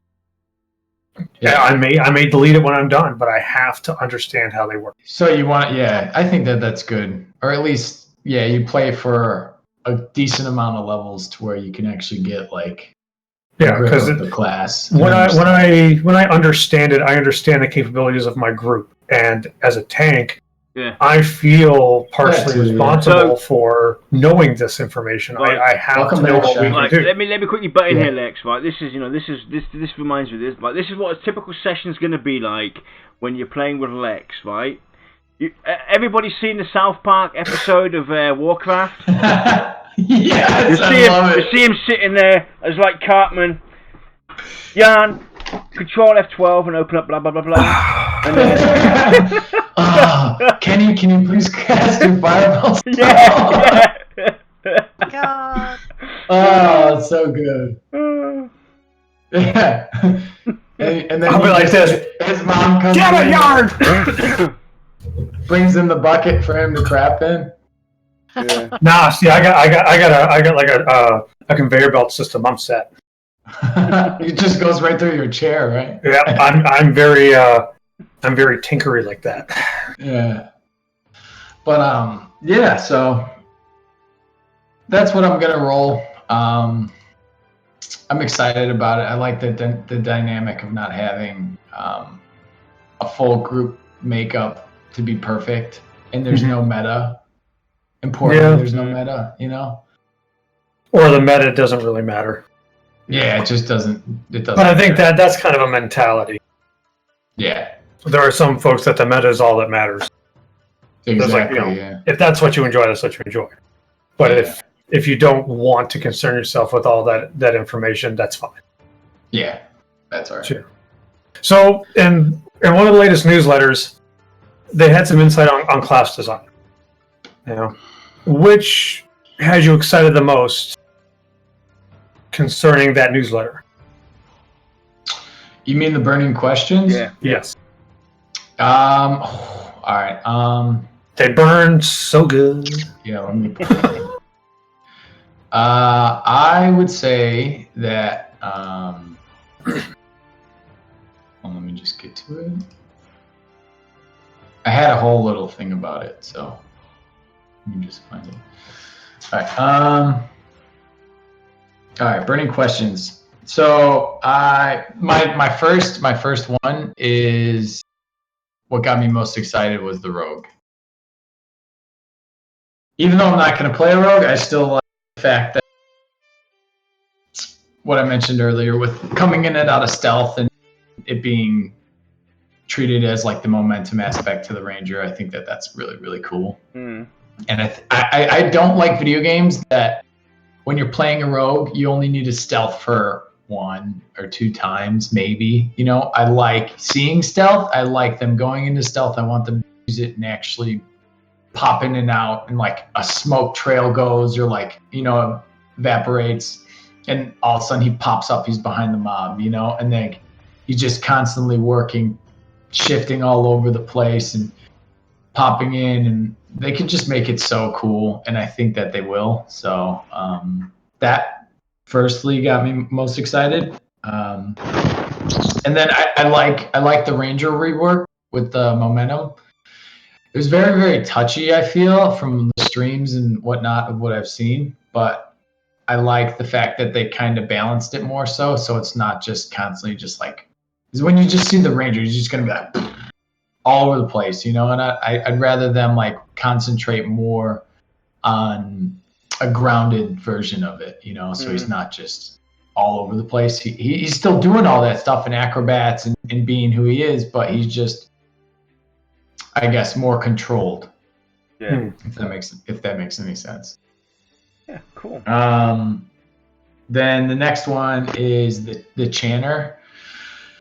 They how they're gonna nerf the charm, because I know an EQ is super overpowered, right? With the whole aspect to charming a mob at 100% strength. I think that's way too high, and you just like, if you can charm it and you can use it, it's going to be too overpowered. Yeah. And they can kind of gauge that of the overpoweredness in game too, to see like when a mob's charm, say it's at 40%, you know, and you can see how effective that would be and how useful it would be, rather than it just being 100% strength and powered. So I like the fact that they're controlling that, you know, not letting it get too over the top. The next one is the Dire Lord's magic mitigation. I like that he's a magical mitigation tank, and that he's going to be kind of respond very well to that in the world, and it's going to be abundant, you know. So not every mob, not every room you go in is going to just be a physical damage tank. I like the competitiveness he's going to offer, which makes me want to kind of roll one. So I like the fact that he's gonna, and the fact that his health bar is just gonna be like, you don't really need to worry about him too much. You're either gonna not need to worry about him very much at all, or a lot. Yeah, I think he's gonna have a hard learning curve. It's gonna be one of those things where you look at him and you almost forget him, and then he's like, I can picture it now. Lex. Oh God, save me! Lex like, Jan. You can heal me anytime. You know, heal. And you just see him like tattering at the edge of death.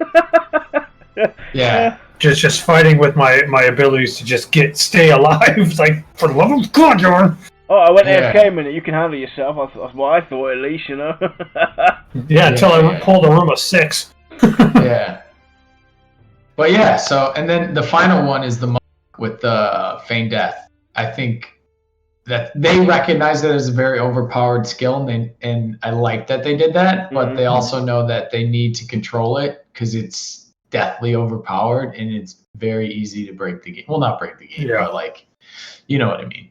Yeah, it's like, if you can lay there for like indefinitely, it's like, then what? Or even even the recast time on it should be not that long, but like hefty, and you just have a higher chance. Making you think when you're going to use it.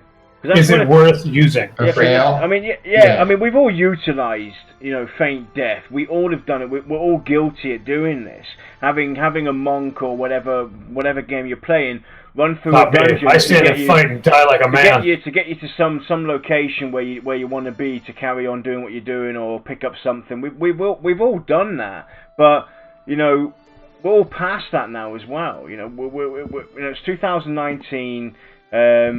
We've had these MMOs be at a stalemate, kind of been all stale and dried out and cookie cutter. Let's add a twist to it. I would love to see encounters not be fooled by FD. Yeah, you try to pull a He's fast still one. breathing. He's still exactly. Well, it would be cool to see an animation where you have this NPC, the monk goes FD, and then you see the NPC pick out a stick or his sword and he's like kind of poke him. Or just walk up and just kick him. Yeah. Yeah. Guys, we've got a live one here. It seems You're that dead for me. Or maybe It even seems that walk off, stop, turn around and look at him. yeah.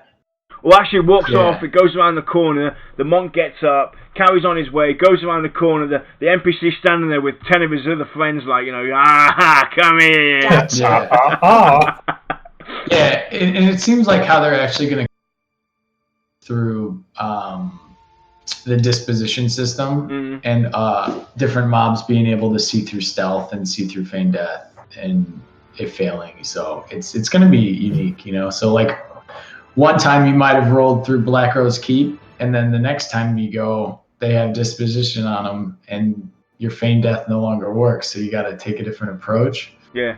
Or so it's going to be interesting on how they're going to implement It's probably the one thing that has me the most excited.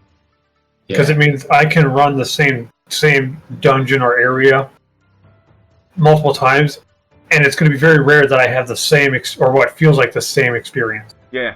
Yeah. Whereas I can run anything in WoW, I can run anything in any other game, and it's the same thing. Yeah, that replayability aspect it's super good, but I think it adds like a nice difficulty to each mob. It does, and it's refreshing to see. And especially when you add the aspect of not being tied down to your typical group setup as well. Being able to explore with the groups and everything, so there's going to be. That's another thing. Yeah. I mean, obviously, at some point in time, people are going to learn the mechanics of the dungeons and how they work. There's only so many dispositions that the NPC or the encounter is going to have, this, that, and the other, and behavioural patterns and everything. You've got to limit it somewhere, but at least that adds a lot more depth to it, rather than you run this dungeon for 2 weeks and now you know the ins and outs. Yeah. I want to be able to run this dungeon 2, 3, 4, even 6 months down the road, and still be surprised every now and then. Yeah, right. And it just adds that unique.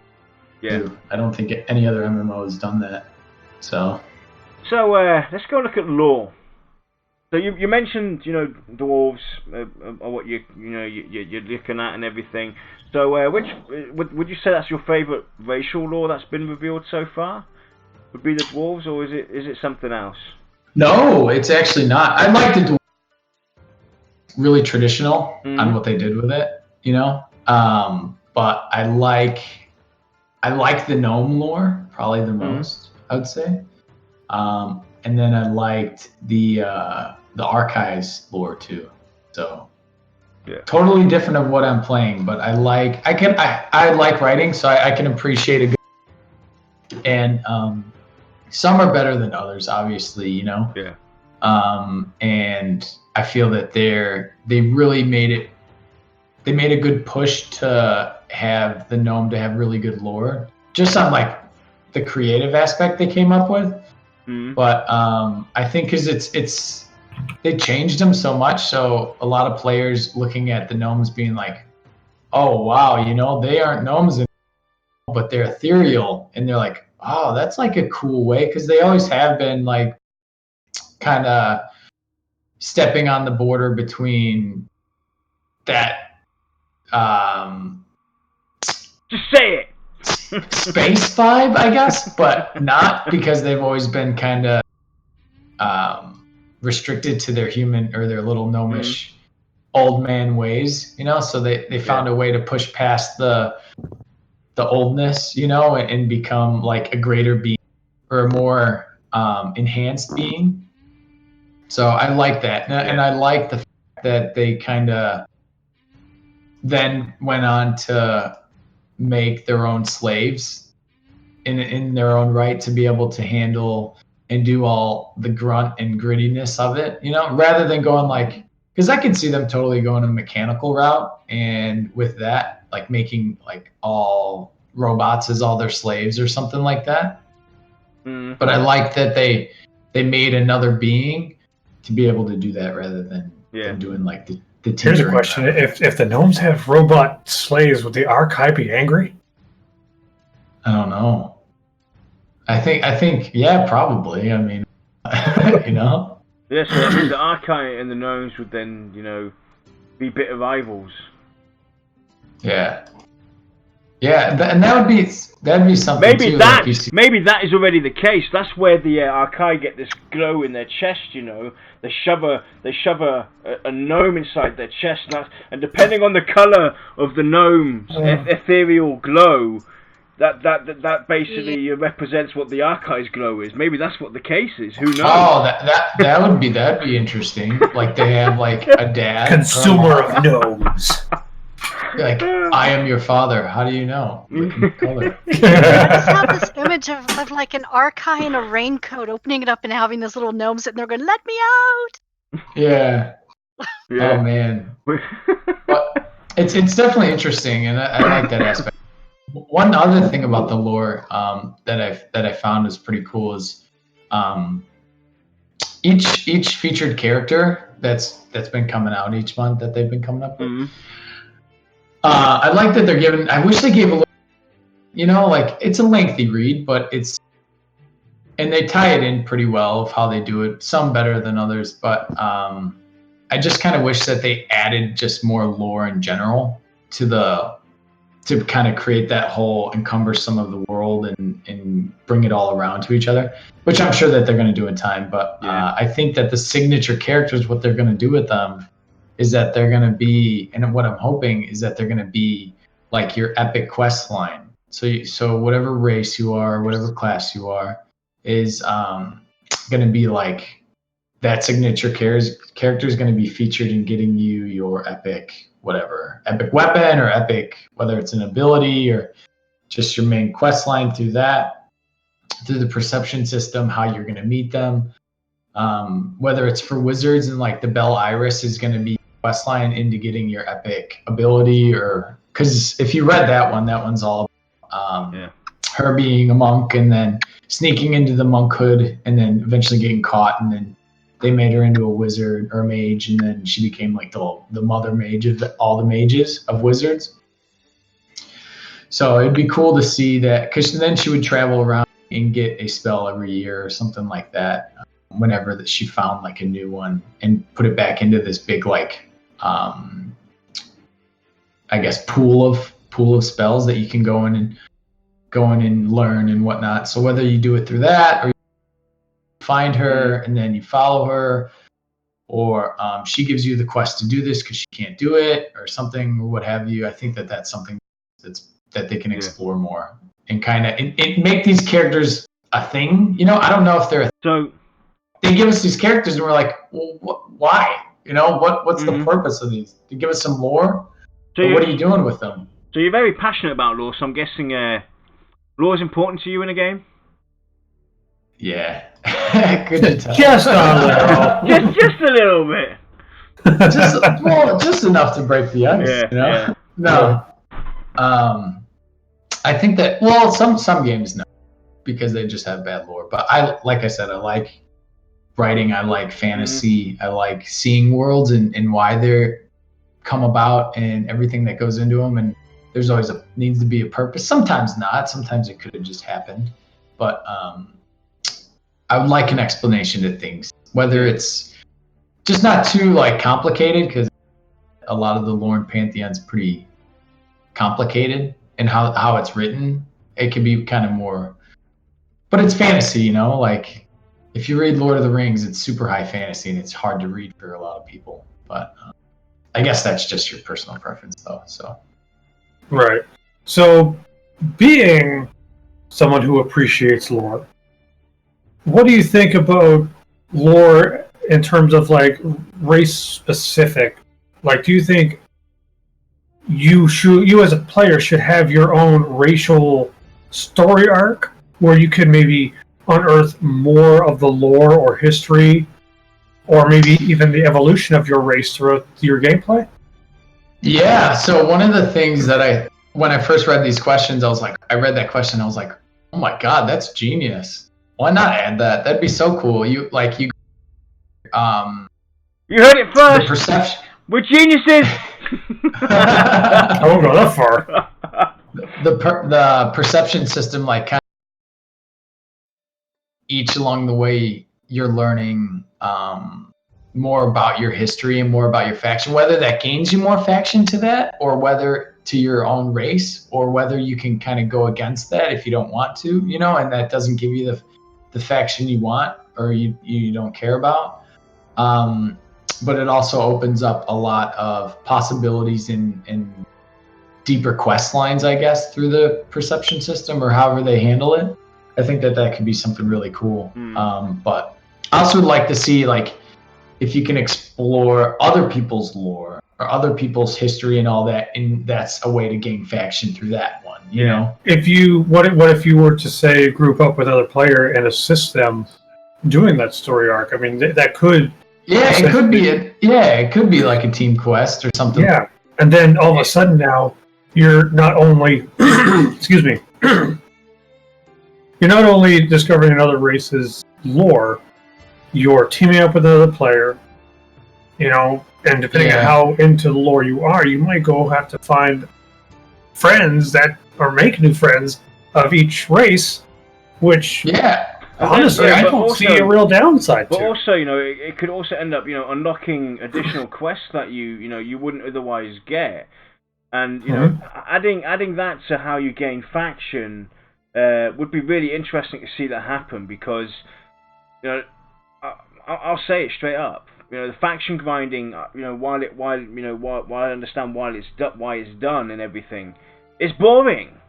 You know, going and just go and kill these mobs over there. Go and kill or go and travel there and do this. It's like, isn't there anything else I can do to kind of, like, you know, build up my faction? And so adding that aspect of it, where you engage with another player and helping along on his whatever he's doing racially, and then unlocking some of his background, the background to the race that he's from, the city, the town, whatever.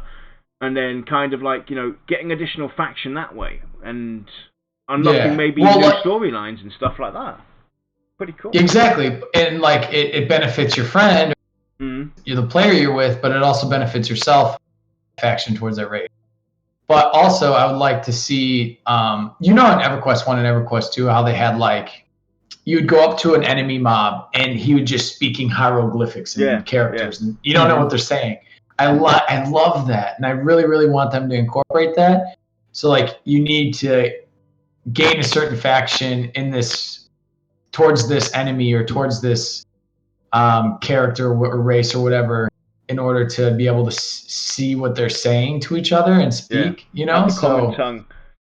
Yeah, I remember the common tongues. Because I remember that happening to me. That's so cool, you know. That's so rich. I had that happen to me in EverQuest 2 in the Kanos sewers. You know, we were in the Kanos sewers, like, you know, it was the first kind of open dungeon you would go into in the early days, and we spent, like, you know, 2-3 weeks down there, and, you know, it was on the good side. It was Kanos, and all of a sudden this group of ogres and trolls and everything were, you know, coming our way, another group, and I was like, you know, how the hell did you guys get here? I'm writing in chat and everything. All you can see is all these hieroglyphs going up and down, and he's writing back at me, and it's kind of like, you know, swearing at me in Ogrish or something. I couldn't understand a word he was saying until I switched to the common tongue and everything. So that was so cool seeing that. Yeah, that's an experience that I've had. Yeah, cut out there. Yeah, but Discord's having some weird issues today. Yeah. Yeah, I know. There's probably server issues or something. But even the fact of like, so say you go past that and like you just want to adventure, or you just want to grind in dungeons or whatever. But you go up to a dungeon and like say it's all guarded by humans and you're a Scar, right? Or you're an ogre. And you go up to them and say they're just neutral to you at this point. But you go up to them and they won't let you go in because you don't know what. You don't know the secret passphrase. Yeah, you don't know that you're not cool with them. You know, you don't have you haven't learned anything about them. So they're the ones, say they're mining it, you know, but in that down deep is like a huge secret raid boss or something down there, you know. So quickly touching on that, you know, this is actually something that we always talk about, you know, these languages and learning them to be able to understand other players. What about having that actually happen in-game as well? I don't know if EverQuest did this, but wouldn't it be cool that you run up to this area that's owned by humans, you don't speak their language, you don't understand their language, so the sign that's there, you can't read it. Yeah. Right. Until you've basically learnt that language. So you could run into this shrine of sorts that, for us humans, for instance, it opens up a quest line, or it tells you about some relic that's, you know, within this area that you can go and find, has some magical power. But you as a Scar run past it time and again. It holds no meaning to you. Fancy stone. You don't care. And now all of a sudden you've learnt the language, the common tongue. You run past it and you like, you know, go into break, run backwards, like, whoa, that wasn't here before. What? Whoa. Yeah. That would be so cool to see things like that happen as well on a visual cue. Yeah. Yeah, it would. And how it would happen towards your game, that'd be sweet. But even they have so much opportunity to like make this game great. And I know a lot of people didn't like the perception system at first. I wasn't big on it because I didn't understand it. But it's like their gateway to everything, you know, and they're creating an experience for everyone through this way that they can make it magical for everyone, you know. It's hard, you know, I mean, you're not going to do it, everyone's not going to do it, but I mean, the possibilities of this is endless, and they can really, really make it into something great. I just feel that they should listen to the community on that aspect of it, because why not have more minds and ideas at you about it, because to stretch it and expand it through expansions and whatnot. So out of all the signature NPCs that we've heard of in the newsletters so far, which is your favorite? All right. I was reading, probably say the Belle Iris. I liked her story the most. But I like the ogre. I forgot what his name is. I don't remember either. I just remember reading the story going, hey, dire Lord. Arak Amel Duhan or whatever. I like that. I like how they're coming out with each race has a signature character. And that's why I think that it could incorporate into the lore aspect of it. But yeah, I mean, they've only had 4, I think. I want to say the Elven dude, and forgot there may be another one, but they only just started doing it since June. So I don't know if they just recently came up with the ideas, or this year they came up with the ideas and just start implementing it. But yeah. What about you guys? It was the orc guy for me. Dire Lords are nothing. Yeah. That's all I'm worried about. I saw the odds and I'm like, you know, the story's neat, but ain't no Dire Lord. Yeah. But yeah. Hold on, I gotta bring my stuff back up. I had issues. I have issues! Who would have known? Only everybody that's ever talked to me for more than 4 Shy seconds. seemed to have some issues in the chat. Yeah, she's having some weird mic issues, but Yeah. we'll see. So, how do the world mechanics in Pantheon at this stage kind of look to you? I mean, are you happy with the way that the mechanics are currently looking? Yes. Or do you have there's no like, and there's nothing that makes you kind of go, No, that's probably the one subject that I think that they're kind of solid in. And just kind of give them that A+ stamp? A. But I mean, there's still a lot they have to work on, you know, Right. and work together on. But for what their ideas are and what has actually gone in game, I wish I could see more, but I know I'm not going to be able to until we all got gray hairs, but not just I hair. know, right? So, but I love the weather system and the atmosphere effects. I love the fact that they're adding in the disposition system, the perception system. The one thing that kind of gets me that I've thought of a lot of cool ideas on that is the what's the one where you can like retire your character? The progeny system? Yeah. Progeny system. There's a lot of cool things that they can do with that, but I just don't think that that's necessarily needed. But whether it helps you with your next ongoing character, or if you want to retire a character, it's going to seem like they want you to play multiple times through with multiple. That was the whole shtick behind it, you know. And that's where all this, you know, the rewarding system came into play with the idea of the progeny system. It's about the replayability, but, you know, as far as, you know, in my humble opinion, VR have done enough already to kind of want us to replay the game with a different class again and again and again, with the dispositions, the day and night cycle, the dynamic quests and everything, and you know it's going to make me want to play this game again and again, and you know take a different life choice this time around. You know, I'll play a cleric twice, and then I'll have 2 clerics, but this time this cleric took the quest that was during the day, but this time around I'll take the quest at the night, or you know I'll actually, you know what? Instead of doing the adventuring quest, I'll do the crafting quest this time around. To kind of see what happens there and how it inflicts my path. I'm probably the number one doubter of the progeny system. Because it's great on paper, right? But there's a lot of things to consider. Like, for instance, my name is Lexer. It has been Lexer in every game that I have played since you could put a name in a game. And if I retire my character, you have to take that into consideration. I will not be known by another name.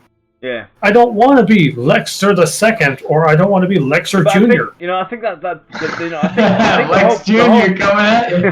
The whole problem is with it, right? The whole problem with it, I think, was just their concern of how are they going to keep the replayability going, you know, for years to come. Right. But they've kind of combated that already. So there isn't really necessarily a need for the progeny system the way they intend to do it now. Yeah, that's true. They could take a completely different look, because I would prefer, you know, to, you know, maybe have a slight benefit for my next character that I create on this. But you know, if I could, because it's like Lex said, you know, once I've got my Yarnilla, the cleric or druid, whatever I go for at the end of the day, that's it. Cleroid. That's my character. That's my identity, and that's my main character. Always has been. Yeah. And to think that I'm going to go and kill her off because I'm going to go and play the game. There's another really important consideration that if you're going to retire a character in order to make a brand new one, obviously there needs to be a benefit to it. But that also means that the choices your character makes growing up needs to matter. You know, they need to be lasting and for good or bad decisions, so that when you do retire a character, you can go back and revisit those. Maybe you didn't like laughing when the orphanage burned down. Now you feel bad about it. You want to try and save them. Yeah, I won't, but still. I mean, but I think at the end of the day, though, the whole progeny idea and why they came up with this reward. Good in theory, might not be so good in practice. Right. But I think it was more or less, a fear effect of how are we going to get people to replay this game and want to replay this game time and again and keep the zones alive and keep the game alive and constantly engaging people. And that's why they came up with the whole reward system and adding being able to retire your character, but you get benefits from it, so that it didn't seem so dull. Because but I think they combated it themselves, though. To be honest, you retire your character, your new character now gets your old character's pension. Because they've eliminated it. The perception system there, the dispositions, the behaviours, the dynamic cycles of the like Brad said, putting the E back into PvE, the environment. Yeah, like if they wanted replayability, can't roll a new character or just alt, right? And if they're really concerned about that, content and hopefully you have enough stuff to engage you in that. But I feel that I don't know, like the progeny system, you're right, it looks good on paper, but it's poor in practice. But I feel that the whole aspect around it is that once you get to the end of your character and you don't really you don't know what to do, you're kind of just like floating in and out. You don't really want to start a new character of a different race. You look just like your character.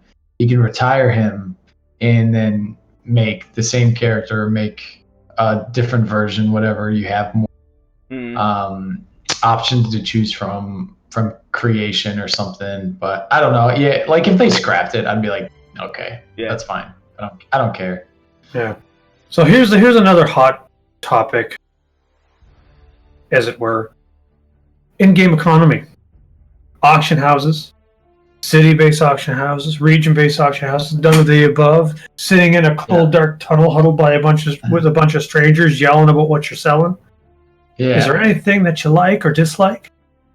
I wouldn't say I know the auction house is pretty ruins games, so it's pretty detrimental to a lot of things. So I definitely don't want that. But I would like to see more of a shop vendor type. Each player opens up a shop and you can just go in and buy their wares or whatnot, or whether they just stick to trading, what have you. But I like the organic gathering of players into one area to be like, all right, so this is going to be the new place where everybody trades, and it's going to go down in history as this. And I'm pretty sure Brad's pretty confident in implementing that into the game. I mean, it's got to happen amongst the players and organically. So it's whether that happens or whether it's unique to each city. I would like to see items, whatnot, be unique to regions. So say you find this one item in this one region, you can't really get it anywhere else unless you can find that exact player that's selling it, or if you just travel amongst a city in the known region that would maybe happen to sell it, or if you're across the globe and you're like, hey, I think this item is going to be worth more over in Wild's End, so I'm going to go try and sell it in Wild's End. Yeah. And it adds goods are more praised based on their rareness of actual being rare in the game, and trying to buy it, it's rare rather than just it's also rare to find it as well. So I think that they can keep that, don't flood the market with too many items. I think that they can keep, because everywhere everybody's going to trade is, I hope, all over different cities. I just hope that these starting cities aren't going to just be starting cities. I hope that it's going to be a hub, and each hub city has a different feel and uniqueness, and whether it's kill on sight to some races or it's friendly to others and it's more forgiving to others, or it's just like, all right, so that's the human city thrown fest. They're always stockpiled with always good stuff. Or you go into Scargle, and Scargle always has that like unique piece of something that I need, you know. So Right. I think that it could be region based, and but whether that happens kind of implemented from the devs, or whether I would like to see that it's spread out amongst the world. Yeah. Yeah. So but yeah. with the current mechanics that are in the game, like the environmental systems, weather systems, perception, etc., going on and on and on, do you feel that these mechanics are actually going to enhance your experience while playing Pantheon, or do you think that it might limit Pantheon in the long run, or do you see it doing a little both, or? I think the mechanics. But I think, say the weather. I think the weather is going to open up a huge opportunity to the world. In different weathers, they can even make up weather. Like it's endless. Right. So when they're making up new content, they can make up new areas that have this atmospheric place. I mean, I wouldn't always like to see it like in everywhere you go. You always have to do this. I'd rather it be well integrated and just not overbearing. Yeah. But I feel that aspect will bring it to new heights. Even like, if you remember one of the videos, I don't know what it was, but it was like maybe a dwarf or something bridge, and as he was walking closer, the wind was getting stronger at him and pushing him back, maybe even off the bridge, and he's getting this ice coming over his screen, and it's so his actual screen's visibility is getting. So I think that is like awesome, and like that being in an MMO is like so cool. So definitely they can stretch that, and they can bring that to like exceeding heights, and I think that they will. And it also makes the world dangerous, and one thing you have to consider, but you can also use that weather as an asset to killing into whatnot, and adventuring, i.e. if you have a druid, or if you have certain classes that will help you kind of control that, and use it for your own and take advantage. But I mean, that's not to say how many times we're gonna die. Yeah. Getting through. So like it adds a hindrance, but it also adds a good right. So we're coming up to the 2-hour mark, and this is no fault to Budrik. He's been awesome. We tend to sidetrack a lot, so. I don't know where you're getting that information. So what we'll do is we're going to skip a few portions of this, but we will pick this up at another time. Yeah, sure. You said at the beginning that you like, off air, that you could talk about crafting for a long time. So we'll definitely get you on for one of our crafting discussions, and we'll talk crafting with you. Yeah. So let's go and actually talk about content creation, because okay. Do you stream on Twitch or YouTube, or do you plan to? Yeah, so I got a channel, Brimstone Gaming. If you guys, I'm just on YouTube right now. I don't plan on going on Twitch or anything like that, but I'll link it so definitely. that you guys can link it in the live description. But so I got into doing it maybe a couple months ago. I actually got inspired by Minus, Battle Axe Theater. You guys, I didn't even know that you guys were on maybe a month after I started looking at it all. And then I was like, oh shit, what's this show? This is cool. And like, I was like, cause you guys had devs on and all, dude, these dudes are legit. How do they get? So I was like, I've been watching you guys for a while. I've been, Standing in Fire's another one I like. They're funny. Yeah. Yeah, I watch them a lot. The only reason I don't watch, well, I don't say don't watch, I haven't watched Battle Axe as much as I would like to. I don't catch Minus show as much as I'd like to, just because of the timing. Yeah. Sucks. Yeah. But standing at fire is like right at that window where I'm actually starting to get free time. So I load it up, and we always it's adults only, mind you, but that kind of works in their favor because I love all those guys with a passion. They're all great. It's good to see all them out there. Yeah, it's good. But what I like to kind of concentrate on is I want Pantheon to be like my showcase kind of game that I always do and always follow. But sorry, I'm getting a call, guys. I should probably hang up, huh? Yeah, I hung up. That's my cousin. But so I want to showcase Pantheon, but like in the meantime while I wait. So I've been kind of streaming those and live streaming those. But yeah, I eventually want to get like a show going, and see, just talk about things, talk about games, talk about changes, talk about updates, whatever have you, just if it's just games in general, man. I think it's fun. Content creating is fun. It should be fun, Yeah. I mean, it's stressful when you start it. Like when I first started, I was like, dude, I don't know anything. I was like making logos on Paint, like I didn't know anything. It's the same with when you're doing like live shows, like we're doing. When you're playing a game and trying to entertain chat, you can ask Lex. I'll be playing a game and doing my thing, and then Lex will pop into chat, and then half an hour goes, and Lex wrote me a message half an hour ago. Lex, you still and I'm gone. Yeah, and he's off. Yeah. So but yeah, hopefully I'm doing more content creating in the future. I was probably going to stream tonight, I want to say, my time, so it'd probably be for you guys, but I don't know if I'm going to do that yet. But yeah, so that's my content creation.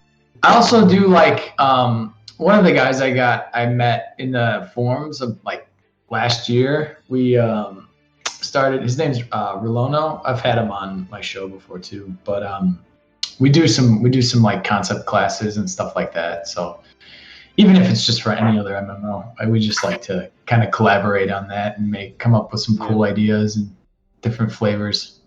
Cool. So you pretty much almost answered everything on the content creation questions there. So how can people get in touch with you?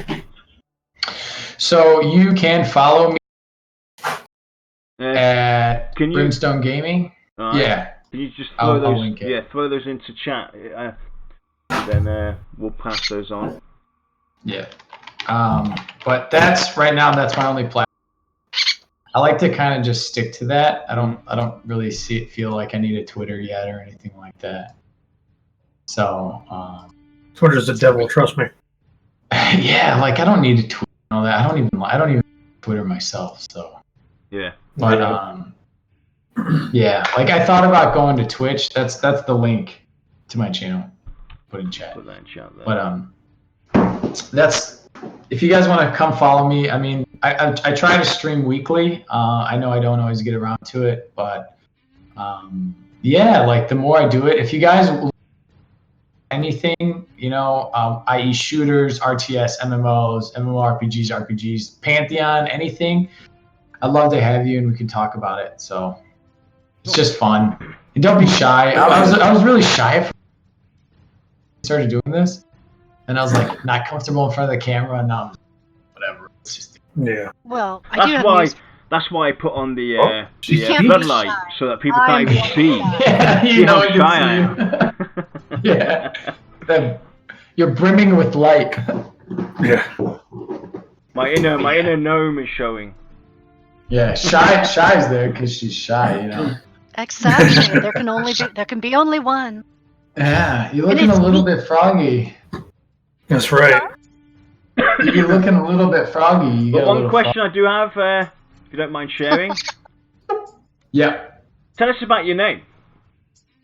Budrik. So, I thought you meant my real name. I was like, oh, yeah. Here we go. Let's look. No. Bank account, bank details. Yeah. You have my driver's license number? Yeah. No. So I originally came up. I was actually over at my cousin's house, and we were talking about Pantheon, and I was like, what would be your name, if you rolled a character? I don't know why we were talking about it, but and he said like, like a name he used from EQ, and I was like, oh, that's cool. And he's like, what about you? And I'm like, I don't know. And like I thought about it, and I thought about what I wanted to roll, which was a dwarf warrior. So I was like, I kind of want a dwarf kind of name, And I was like, just like, just playing around. I was like, what about like Budrik? That's kind of cool, right? And he's like, yeah, I like that, And I'm like, yeah, that's cool. It's stuck. And then now I'm like on Steam, I'm changing all my names to Budrik, Budrik, creating accounts, Budrik. So I think it's stuck now. Cool. It's a simple but very approachable name. I like it. Yeah, it's Budrik, dude. It's just like, do you know my bud, Rick? Do you know my bud, Rick? Yeah, my real name's not Rick, by the way. Or I was gonna say, if it was, you're going to have to lose a couple points. Yeah. You see my bud, Rick? I'm not that cheesy. Yeah. But yeah. When we grew up together, we always like, you see my bud, Rick? Bud, Rick. Yeah. But yeah, so it's like, Bud, Rick, pass me a beer, Bud, Rick. Yeah. Oh God! It's suiting for a dwarf. See, now if my name was Rick and someone said that to me, I'd hand them water. There you Pass go. me a Bud, Rick. Here you go. Get drunk off water faster. Yeah. So, but and Brimstone Gaming came from it's actually a Kenny Chesney song I really like, and he says like fire and brimstone, and I was like, brimstone, that's cool. And then I was like, because then Pantheon was, you need to have, I don't know if you can make your last name or you achieve your last name in this, but if you can make your last name, it's going to be Brimstone. But Cool. I was like, yeah, that's a cool little character name. Budrik Brimstone. Yeah. Of House. There you go. Of House Brimstone. Yeah. Mm-hmm. Yeah. Yeah. So, how do you think Pantheon should evolve over time? I mean, should capital cities grow? Should small cities grow? Should they be able to be destroyed? I in this aspect, I don't think that they should any like sacking of any cities or raiding on the city. I thought that was pretty cool but I would rather see more of like a growth aspect over time, like the city just builds and builds and builds, and like what you start, if you're there at launch, it's going to change throughout the whole history of Pantheon, and that it's organic, so it kind of gives that uniqueness feel to the world, that it's always changing like ours, Mm-hmm. So plus it should, like you shouldn't fall 3-4 years down the track. I don't think that Scargle should look the same as when it did when it first started, Yeah. I agree. Things change. If they Things don't, change, you get the problem with like EverQuest, where where everything is. It's like you've seen this town 1,000 times and nothing's ever changed, and then you start getting the feeling like it's just a cardboard set. And again, it adds to what Brad says. If it doesn't change, then you're not creating a world; you're creating a game. So you want to create a world, so it should change. And I wouldn't mind seeing like different enemy mobs take over different encampments and stuff like that. Like that's been the topic of several of our shows. Again and again. Very passionate speaking about it. Yeah. So like you get like, even in Black Rose Keep, it's all, but then like a year later you come at it, or whenever it happens, or the next week you come at it and it's like half of it's ogres or something like that, or it's all owned by ogres now. Or you see ogres fighting their way in. Yeah, or fighting their way in or something like. It could be like an event where you now have to decide what do you want to do. Do you want to help the ogres? Do you want to help the Black Rose? Even though and that would help against your faction. Yeah, exactly. Yeah. But I mean, I can understand it being a nuisance for some people, but I think it would be so cool. You're on this quest line, you've got to go into Black Rose Keep, and all of a sudden the ogres are there. And now it's occupied for whatever time frame. I can see that being a hindrance, but at the end of the day, isn't that what we all want though? That challenge, that risk versus reward, that unknown aspect to it. So what if it takes 3 months? It cuts that quest line. It pushes you back 3 months. Go do something else, because now where the ogres are, it's different. Yeah. And it seems like it's all pretty dynamic. Yeah. Each enemy race anyway. So it's going to be interesting how they're going to do it. I just wish that they add a little like into it that they kind of just think and do for themselves. Yeah. So that would be cool. Like it would be changing and it would. Like if you could help, like use the Black Rose Keep, and ogres are trying to take over, you can help either way. Yeah. You have a bit of say in, or an effect. Happens, right? I want the same for everyone. I don't want to be like, oh, the ogres took over the city on my screen, and your screen they're still there, or they're not there. So yeah, it's definitely cool. Yeah, I agree. Did you want to go up, Yarn? Yeah. Would you attend a Pantheon type event, and how far would you travel to get there? What would even get you there? What would be? I have a feeling that no matter if he says yes, yes, no matter where it is, he's got to travel far. Yeah. Other side of the world. If I'm in Wild's End, I want to have to go the Mirror, outside the Mirror City or something like that. But I would want to walk. I'd walk it. I know it'd take forever, but what about a real life, real life Pantheon get together? Exactly. Like an actual one. Yeah, like that. Like a Pantheon specific. I'm in Australia, so wherever I go, it's going to be far, So right, come on, Mike. You think about it. The Earth is round, so for you going from Australia to the US isn't really that far, if you think about it. No, it's not. That's actually... I'm actually going to this... I'm going to the States in Christmas, so I'm going back home for Christmas this year, so... You could swim that. Yeah, I know, right? No, you can, I won't. I'll just summon a raft. Until teleportation, no. Yeah. Just no. Yeah. Why were you guys like planning on something? Well, we've actually been to. I went to one just recently, in Germany when Brass was here, in the Gamescom. Oh yeah. Yeah. So I sat down and met people from the community. Oh, you met them all? Yeah. Oh, nice. I met Brad. How are they? Brad 2 years ago. Brilliant. Awesome.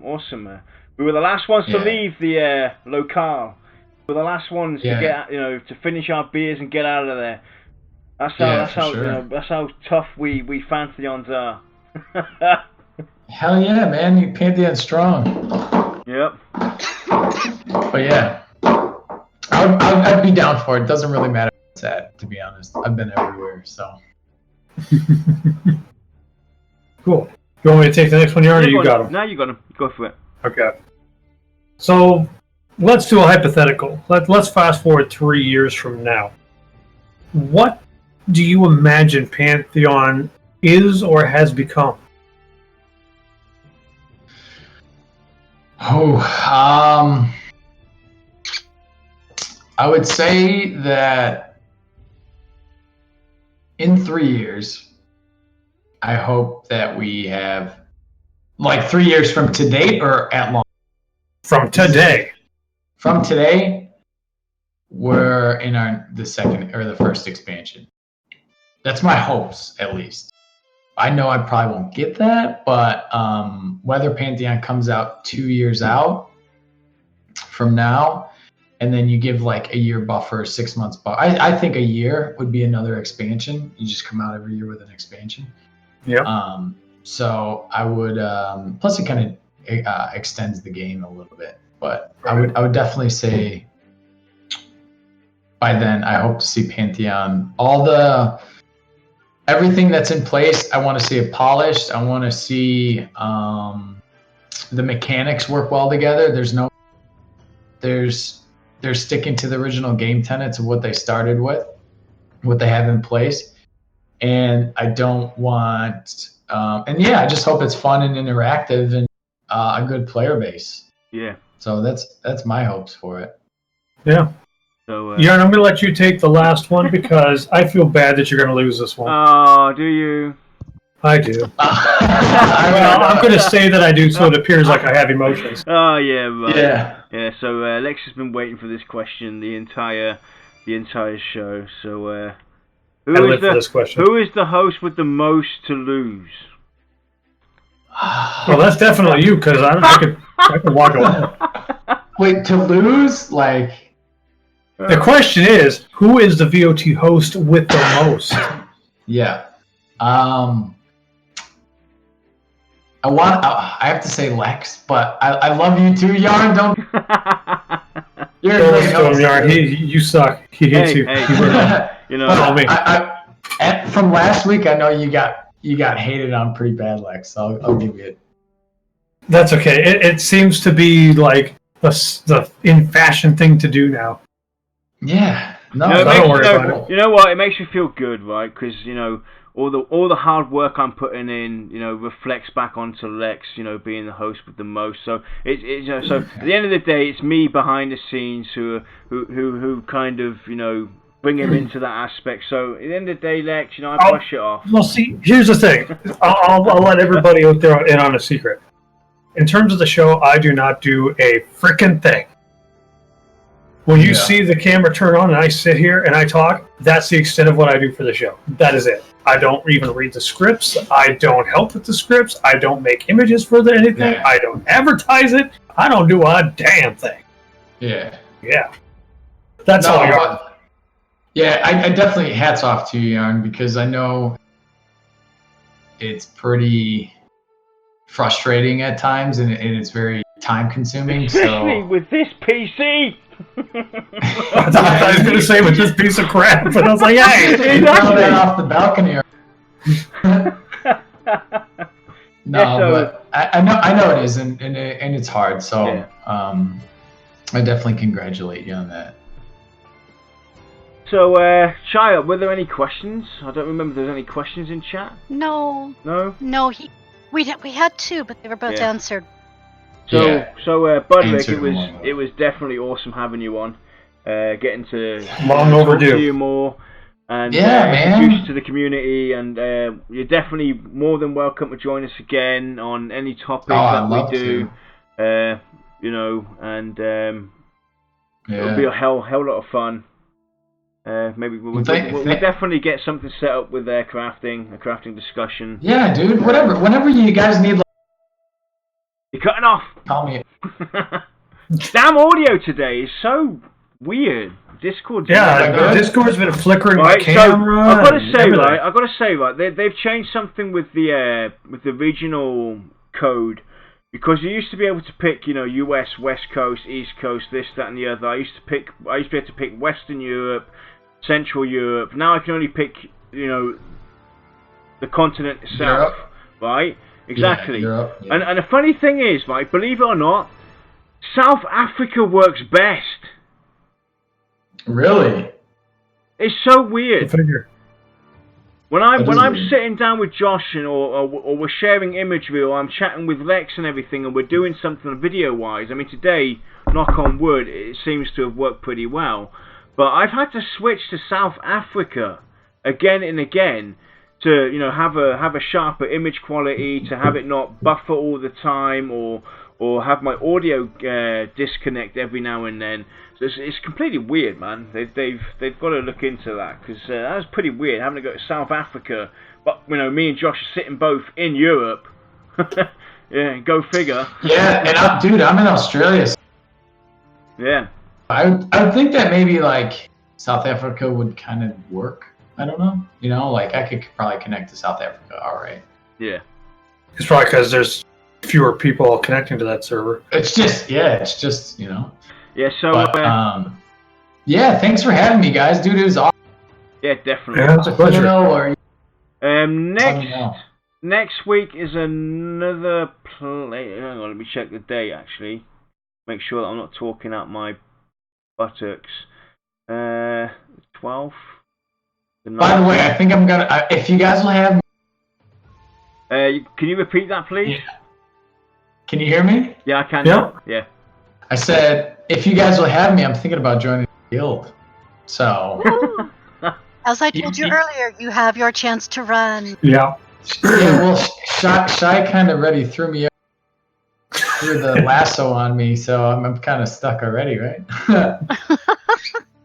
There's this one guy in the guild you really gotta worry about. He goes by the name of Alexa. He likes to change people's names. He likes to screw with people a lot.